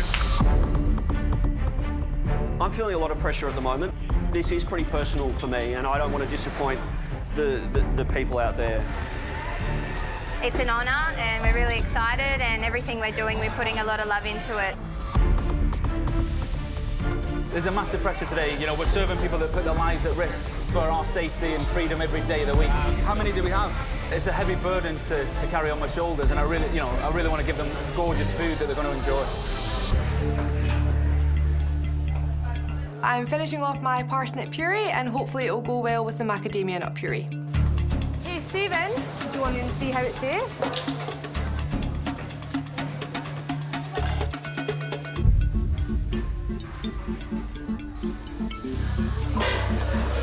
So, how does that taste together? I think it tastes quite good. Can I have a taste? Yeah. That's really nice. It is quite nice, isn't it? Yeah. Fiona likes it. I quite like it, but I'm still not 100% sure. You mix them through together? I'm thinking of it, yeah. If we do decide to put the parsnip puree in with the macadamias and it doesn't work, then we're absolutely screwed. There's no more macadamias. Yeah, let's do it. Sure? Yeah. Let's just do a little bit. Yeah, okay. Let's do it. This is a critical decision in the cook. I'm a recruitment consultant, so I like consensus. I'm going to consult the rest of the team. Is it parsnip and macadamia? Yeah. It's beautiful, huh? That's really nice. Yeah. I know that if I make the wrong decision, that I'm putting people into the elimination challenge, so I want to involve them. It's a nice flavour. That's a nicer texture. That's a much nicer texture. Again, I'm just not 100% sure, and I'm second-guessing myself. So I just go and see my right-hand man, Reynolds, and see what his thoughts are. We're going to mix it in with the parsnips. Parsnips. At this point in time, I'm like, Stephen, please just let's go make a decision. I don't know. Okay, cool. Let that out. I'm just going to go cook. You have to cook the parsnips, sir. Yeah, done. Done. Yep.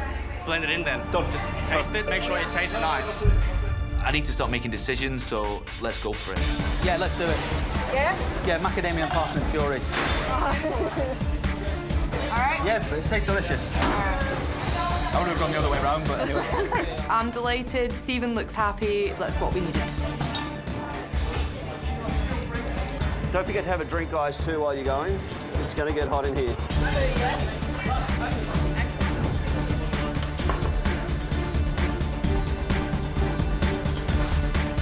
Matthew? Yes. The judges come over and have a chat to me about the main course. They think that we need to do something more to it. Have you looked in the pantry? Is there any interesting native ingredients that you could use?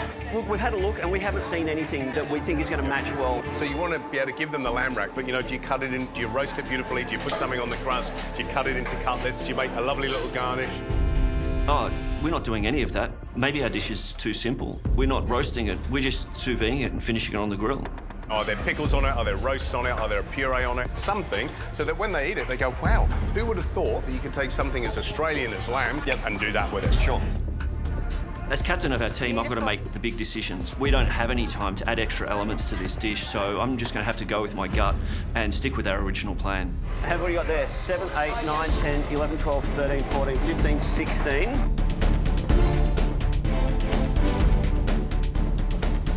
The pressure's definitely on to make the dish memorable and make the diners happy. We all feel really humbled to be here.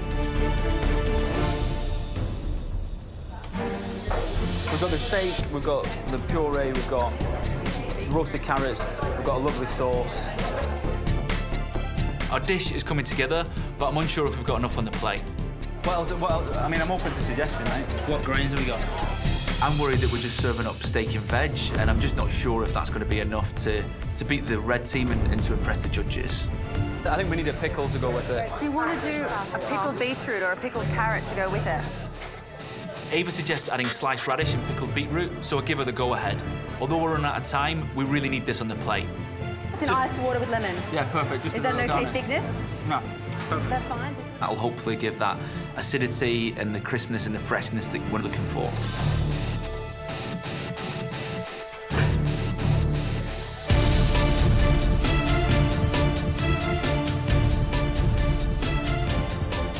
We need all hands on lamb. Give that to Rose. So if you just seal bags, pass them up to Rose, she's starting to fill them. The closer we get to time, obviously, the more pressure there's going to be. We've got 7 sous vide machines, but because the Frenching is taking so long, we're forced to cook the lamb in batches of 3. And so we've got another 3 here ready to go, Rose. 3 more, we're out of machines. It's really difficult to keep track of so many batches and so many different cooking times. Rose. Yep. Let's just get these ones into here, so because these are all on roughly the same time, and then get new ones into there so that you know what time we've got those ones on, that one there. If we lose control of this, then our lamb is going to end up either overcooked or undercooked.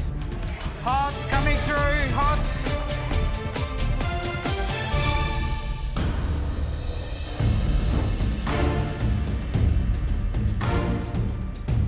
Right, everybody, stop what you're doing. Just so you know, the guests have started to arrive, and you have just over 20 minutes before your first dishes have to hit the pass. If you don't have your stuff together, then make some decisions and make it happen. Ready? Yeah, let's go. Come on.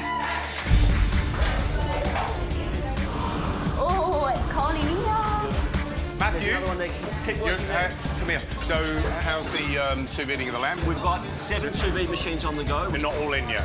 They're not all in, but Right. we're How cycling long are you through sous videing the lamb for? 35 minutes. So you haven't sous vided all the lamb, but it's going to take 35 minutes to cook? Yep. And then you've got to take them out of the bags, you've got to drain them, Yep. and then you have to sear them? Yes. Really? Yes. OK. All right. And you think that's a good idea?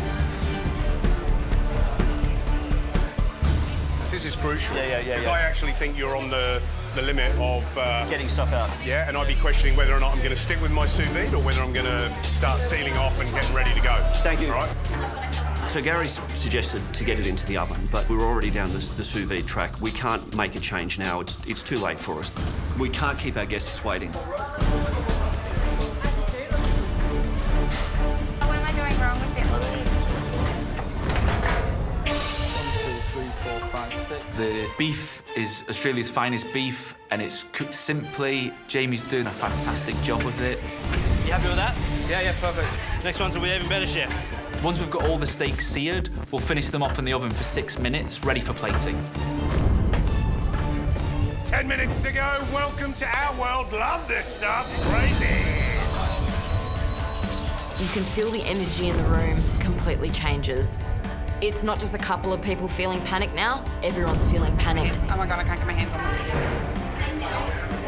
We need to make a call on this lamb. We've got most of it in, sous vide. We still need to sear it before it goes in. Get it off earlier and We're desperately running out of time. If we don't get the lamb out of the sous vide right now and get it onto the hot plate, we're not going to make it.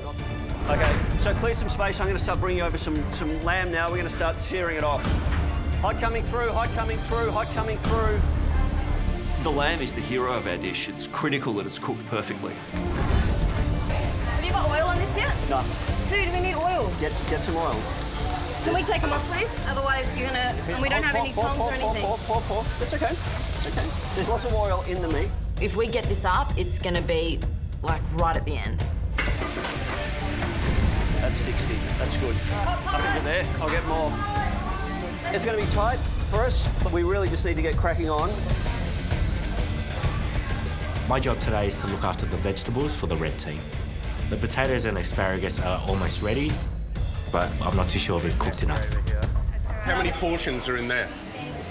You've got no idea. Count how many portions you've got. How much is a portion? Is that a portion? Is that a portion? Yeah. Count. And then you know how many you got to go. We really need to start plating soon, but it looks like we don't have enough mashed potato. We don't have time to cook more, so we're just going to have to put less on the plate. The lamb's gonna go 3 like that. Yeah. The mashed potato here in a pipe, and the mashed potato here in a pipe. Yeah. And then we put the asparagus there. How's our asparagus going? Guys, I think we might run out of asparagus. Is that all of our asparagus? Can someone blanch some asparagus? How's the jus? Have we strained the jus off? I need that jus. It's coming.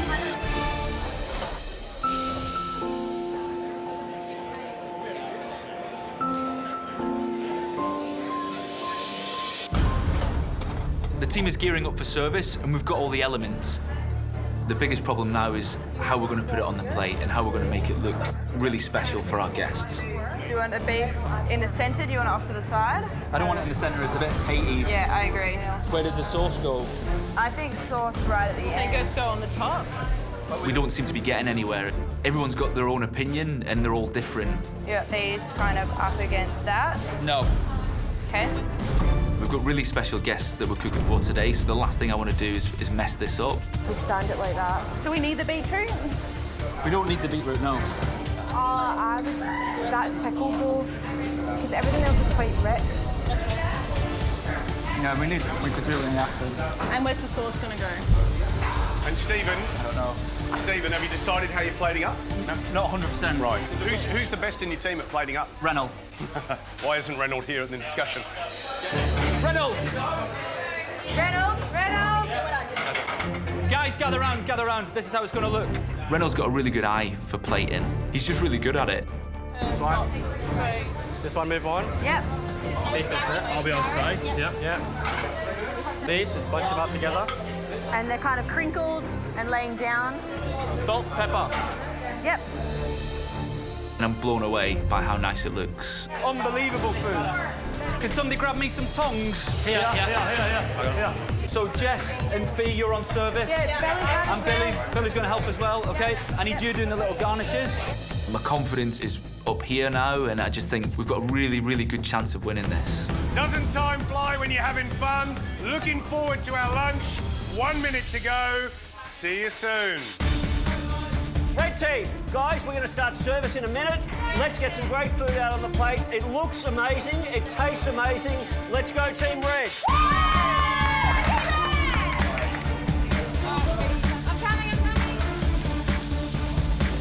Okay, can I get you now doing the lamb? Anna comes on and she starts to see the lamb. Just a bit of colour, but check. Some of them are a bit raw. Yeah. The lamb is absolutely the hero of this dish. The lamb that is brought to me is not consistent. Some are beautiful and some are quite under. It's really important that it's cooked properly and it's really tasty.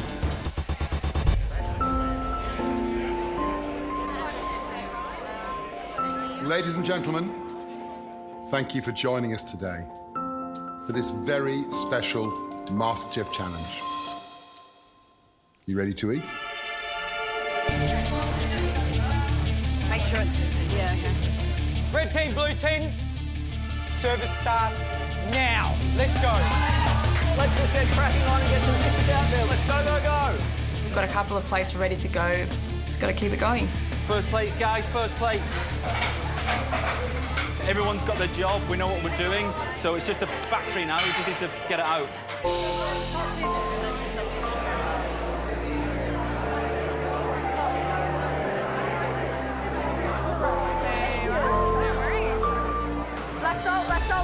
Black salt. Awesome, 1 table done. 1 table down. Push them through, guys. Gotta go quicker. We've got a good system going. It's almost military with the way we're doing things. The lamb looks amazing. All right, we're putting them up. Let's go. This one? We might just pull this off. Let's get it out there, guys. Well done, team. If someone's free, yeah, do it.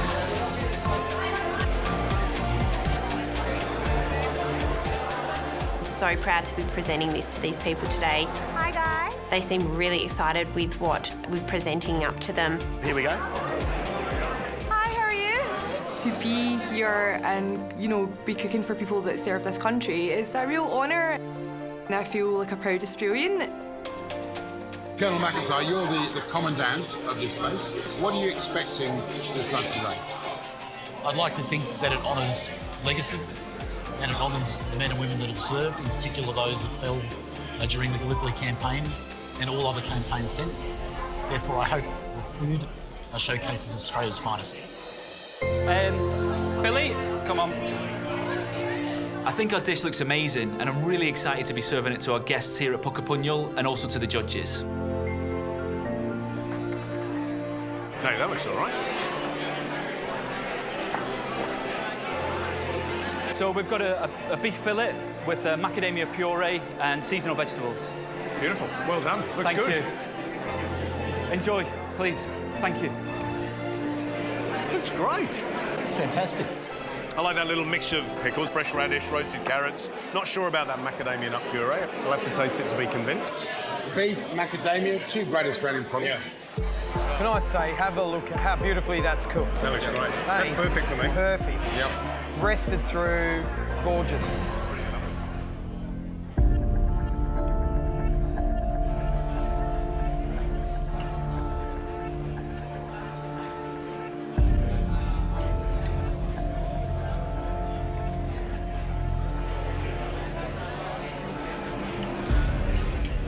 I I love the freshness of the vegetable. Yeah. I love the little pickle here. I think it's a really nice dish. But you can see it's really tiny, really lovely, well presented. It's a smart dish for this amount of people, you know. Beef cooked perfectly. A puree, that's got some, still a bit of bite in there. And I think the beetroot's what pulls this dish together. Yeah. No, it's very nice. I love my beef cooked like that. Any more than that, and I get upset. But I'm just wondering whether the crowd are going to think the same thing. I had the fillet of beef, and it was really succulent. And to top it off, I had the macadamia sauce, so it was really good. Very happy. I don't think any boys coming into the field are going to turn down that one. The meal is great. I'm really impressed with it, actually. My meal is perfection. Absolute perfection. Okay, guys, it's looking beautiful. We've got some more warm plates. Pop it up there, pop it up there. It is looking beautiful, guys. Good work, team. I couldn't be prouder. You know, we've put up a dish that I think is going to taste great. It looks like it's perfectly cooked. Enjoy your meal. It's lamb cooked the way that I'd like to eat it. There you go, sir. Thank you. Matt? We have an Australian lamb, creamy mash, asparagus, and a red wine jus. Please enjoy. Thanks, sir. Well, what do you reckon? No. Undercooked. Absolutely.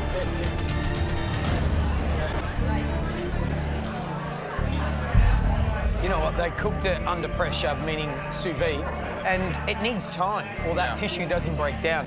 And you can tell there's no caramelisation there, which is a shame. I mean, lamb cutlet, the best bit about a lamb chop is that it's all caramelised, isn't it? It's crusty and crunchy. But on the upside, I mean, that would be one of the nicest French lamb chop buns I've seen before. And I really like the look of the dish.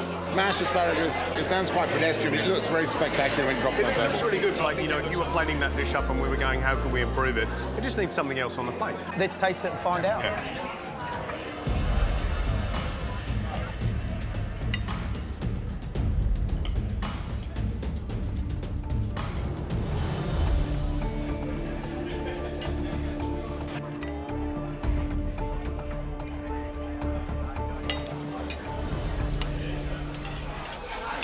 Wow, asparagus is, you know, I love it like that. Still a bit crunchy. Smooth potato puree. Obviously, you know, we've got an issue with the cooking of the lamb, especially on your plate, Matt, more than it is probably mine and Gary's, but yeah, it lacks some real depth there to make it that really special lamb dish. And I love the idea of roast lamb rack. It is one of the simplest things to do and instantly gratifying, but where's the crunchy thing? Where's the little thing that, you know, ties it all together? It looks pretty. You know what? They spent all their time Frenching the rack. And that's a lot of hard work gone into that. Let's not dismiss that. Need to save themselves on the dessert. Big time. I thought the lamb cut was really good. I don't normally have pig meat, but that was very enjoyable. It was a little bit too fatty and slightly undercooked. However, overall, it's quite a good meal. The dessert is finally coming together. So tell me the elements. We've got the crumble. Crumble, we've got the rhubarb, the lemon curd and the semi-frodo. Okay. That looks really beautiful. We've got the crumb, which has got classic Anzac flavours in it. And then we're using the golden syrup element of the Anzac biscuit to flavour the semi-frodo. So you want these ones out? The ones that are already in there out. Hopefully it'll turn out nicely, because if it's a disaster, then it will be on me. We were happy with the mains going out, but we need the desserts to back that up. What needs doing on dessert, mate? Everything is done. I'm not sure. I might need more meringue, so... I'm not worried. You know, we've got Reynolds and he's our secret weapon. He's my boy. He's my boy. Our dessert today is a berry melba, which is Reynolds' version of a classic Aussie pav. Loads of berries and cream to go with crispy meringue shards. Christina, okay, you're gonna do this. Yeah, I'm doing that. You're gonna do the crumble. Okay, 2 big spoonfuls, keep it tight. Presentation is really important. Just over on the top. The main elements on the plate are the lemon cream, some crumble, and the berries, and some meringue. Just break them apart. Make sure you can try to cover it just a little bit. That's enough. That looks awesome. Looks amazing. The meringue is a key part of the dessert. We're gonna use it to pull all the key elements all together. I've made 4 containers of meringue shards, and I'm really hoping that's enough for 60 guests. What about, is there a sauce or anything on that? Ray? Sauce will be coming on. I'll be doing the zest. Beautiful. Give that to me. The dessert just looked fantastic. Just looks like he's nailed it. Right, so obviously you're plating up now. If you're ready, send it. Don't let it sit there. Food sitting on a plate in a kitchen is dying. No, exactly. Send it, send it, send it. Yeah. Come on. I want 20 out. I want 20 out now. Our dessert looks amazing, but we need it to be consistent as well. First dessert lady, we'll be back soon. Thank you very much. Thank you, guys. Enjoy your dessert. Now I've got the berry melba.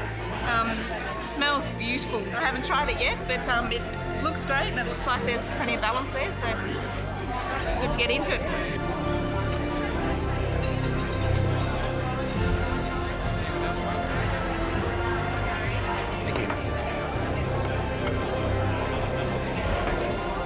Gentlemen, this is our take on a berry melba. So it's fresh berries, meringue shards, and a crumble, yeah.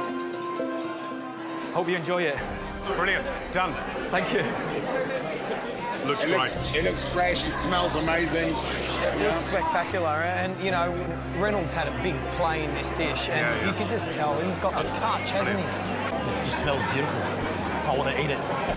Go on then, let's.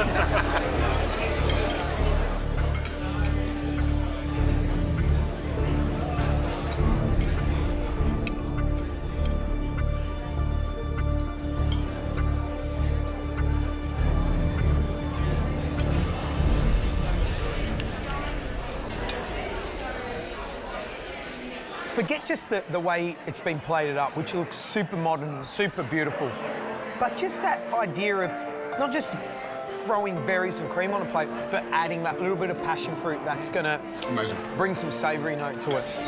The fresh mint, a little bit of lime zest on the meringue. They've given us a dish where native produce is as it should be, and everything else just enhances it. Wonderful. Very happy with that.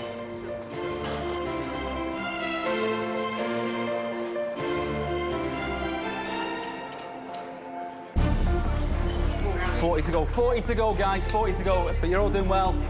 Be rational, be with the meringue just a little bit. We're doing the dishes, and I can see that we're running out of meringue shards.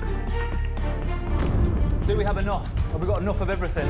So the first place went out and they had really beautiful shards of meringue that basically hid the berries in the cream, so there was that element of surprise there. And now the more sort of crumbs of meringue. Yeah, we need more meringue. Just ration it out, guys, ration it out. I'm quite worried we don't have enough meringues. I've kind of miscounted. I'm really concerned the diners were noticed it's not going to reflect well on us and could really cost us. The blue team's meringue, I didn't get as much as anyone else on the table. A little bit disappointing.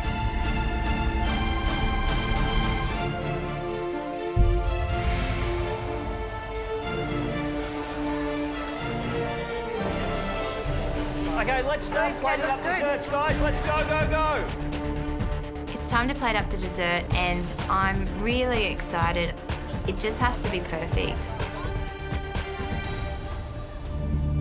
Georgia and I are slightly concerned about how the semifreddos are going to come out of the moulds. Hopefully they're not going to get stuck in there. If they stick, it's going to be a disaster. So I dunked the mould into some hot water. This is a huge moment. It's the moment of truth.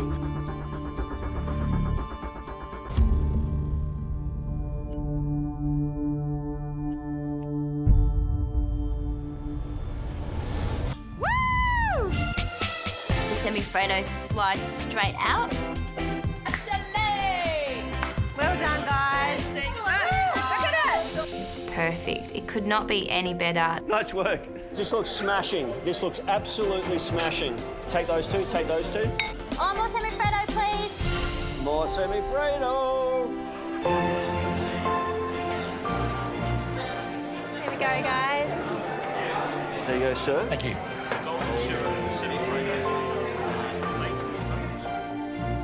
a golden syrup semifreddo, baked rhubarb, a lemon curd, and it's an Anzac crumble. So we really wanted to play on the Anzac issue for today.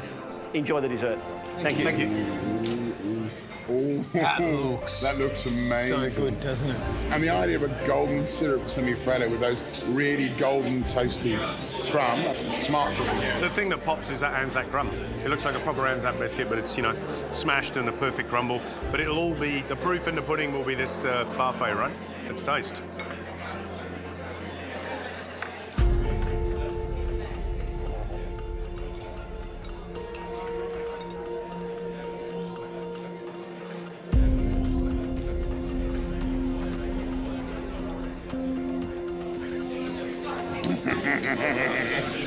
Oh, wow. Oh, wow. They can stay here. It makes you know that you're here, doesn't it? When you eat that, the biscuit, the setting that we're in. Yeah. How good is the texture of that semifreddo? Perfect. But also, really, really acidic lemon curd, so it balances against the incredible sweetness of that semifreddo. That is brilliant. I've never had anything like it before. The red team have really nailed the dessert. You know what I love is just that the Anzac crumble is absolutely smashing. I would be happy to just have a big plate full of that crumble with the rhubarb and the curd. It's just absolutely delicious. They've taken it to the point of perfection. Couldn't toast that any better. Reynolds' dessert was really good, but this is really, really good. I've never seen anything like this on a menu in Australia or anywhere else in the world, and I think that kind of has to be applauded. It's not just the crumb, the whole thing, the golden syrup flavour. It's so Australian. Well, they've hit the brief. Golden syrup, Anzac biscuit. It's what we are. Lemon and rhubarb. You can't get more. You know? That's Victoria on a plate. The dessert is absolutely beautiful. I'm not sure what the other guys have, but I'm sure this is better. On behalf of everyone at MasterChef, thank you so much for joining us for this lunch. I know for our contestants it was incredibly stressful, but stressful because this challenge meant so much to them. They wanted to give you a meal that was made with Australians' finest for Australia's finest. So I hope you enjoyed it. So thank you very much indeed, and we now have to go make one very tough decision. Thank you.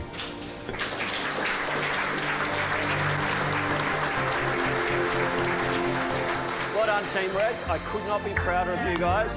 We've served all of our meals. Everyone's happy. Everyone's excited. Thank you, everyone. Well done. Good job, everyone. We really highlighted that, the Anzac spirit. We got it all out there for everyone. Well done. You worked so hard, and we absolutely nailed it. Great work, Red Team. I'm nervous. I'm hoping that we've done enough. I've hoped that I've done enough to lead my team to victory. Let's go, guys.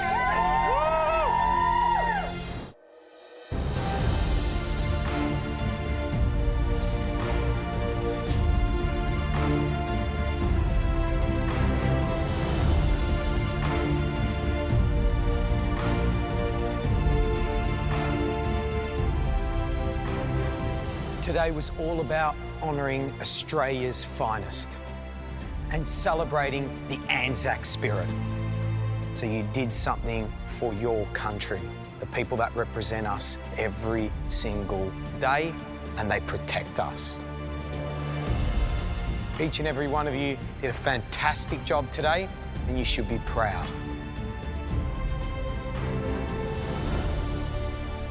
It was amazing. You've been with us for under 2 weeks. We put you in a strange kitchen, and both teams delivered. The diners, they loved you, and they loved the food. Well done, guys. Well done, guys. You think about it, right? You're home cooks, you come into a commercial environment, everything's different. The stoves are brutal and roaring, the ovens are like 5 times the size, and we ask you to cook for 120 people. I want you to understand that that is a hard gig. You did a great job. Like, seriously, it's pats on the back, arm up, pat on the back, because well done.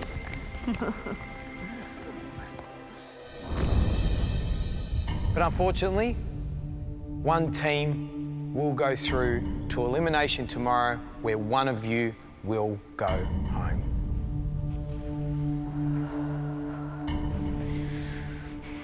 I think our favourite moments in this competition is when we feel proud of the contestants we had, and that's what we felt today, sitting in that dining room.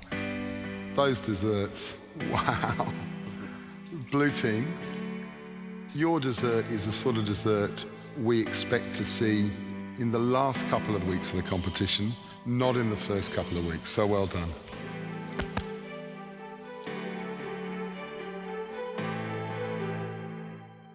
Red team.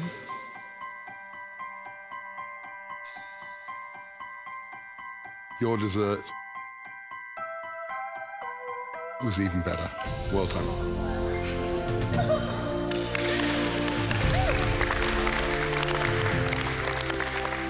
I'm feeling so relieved to hear that the judges love the desserts. It's a big weight off my shoulders, that's for sure. There's always space for improvement. Blue team planning will stop you running out of meringue when you get to the last 20 plates and you're scrabbling around for small pieces and the other tables had big shards. You've got to remember that that's the sort of thing that diners notice. I'm disappointed we're staring down the barrel of going into elimination, and you know that's not a place you want to be. Red team, your issues with your main course. You needed more going on in your plate. But more importantly, you needed to cook that lamb consistently. Some of it was undercooked. And that's why, red team, I'm sorry to say, you're going forward to elimination tomorrow. Blue team, congratulations. Well done, guys.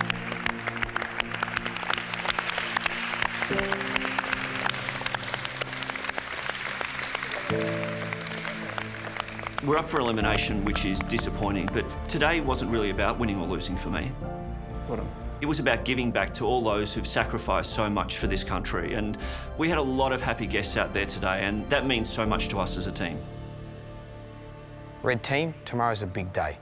Come into the kitchen tomorrow focused, proud, and guns blazing, because you're going to need ones like that. Right, guys, see you in the MasterChef kitchen. See you later. Well done. Well done, guys. Good work. The thing that makes me happiest is that we all did such a great job.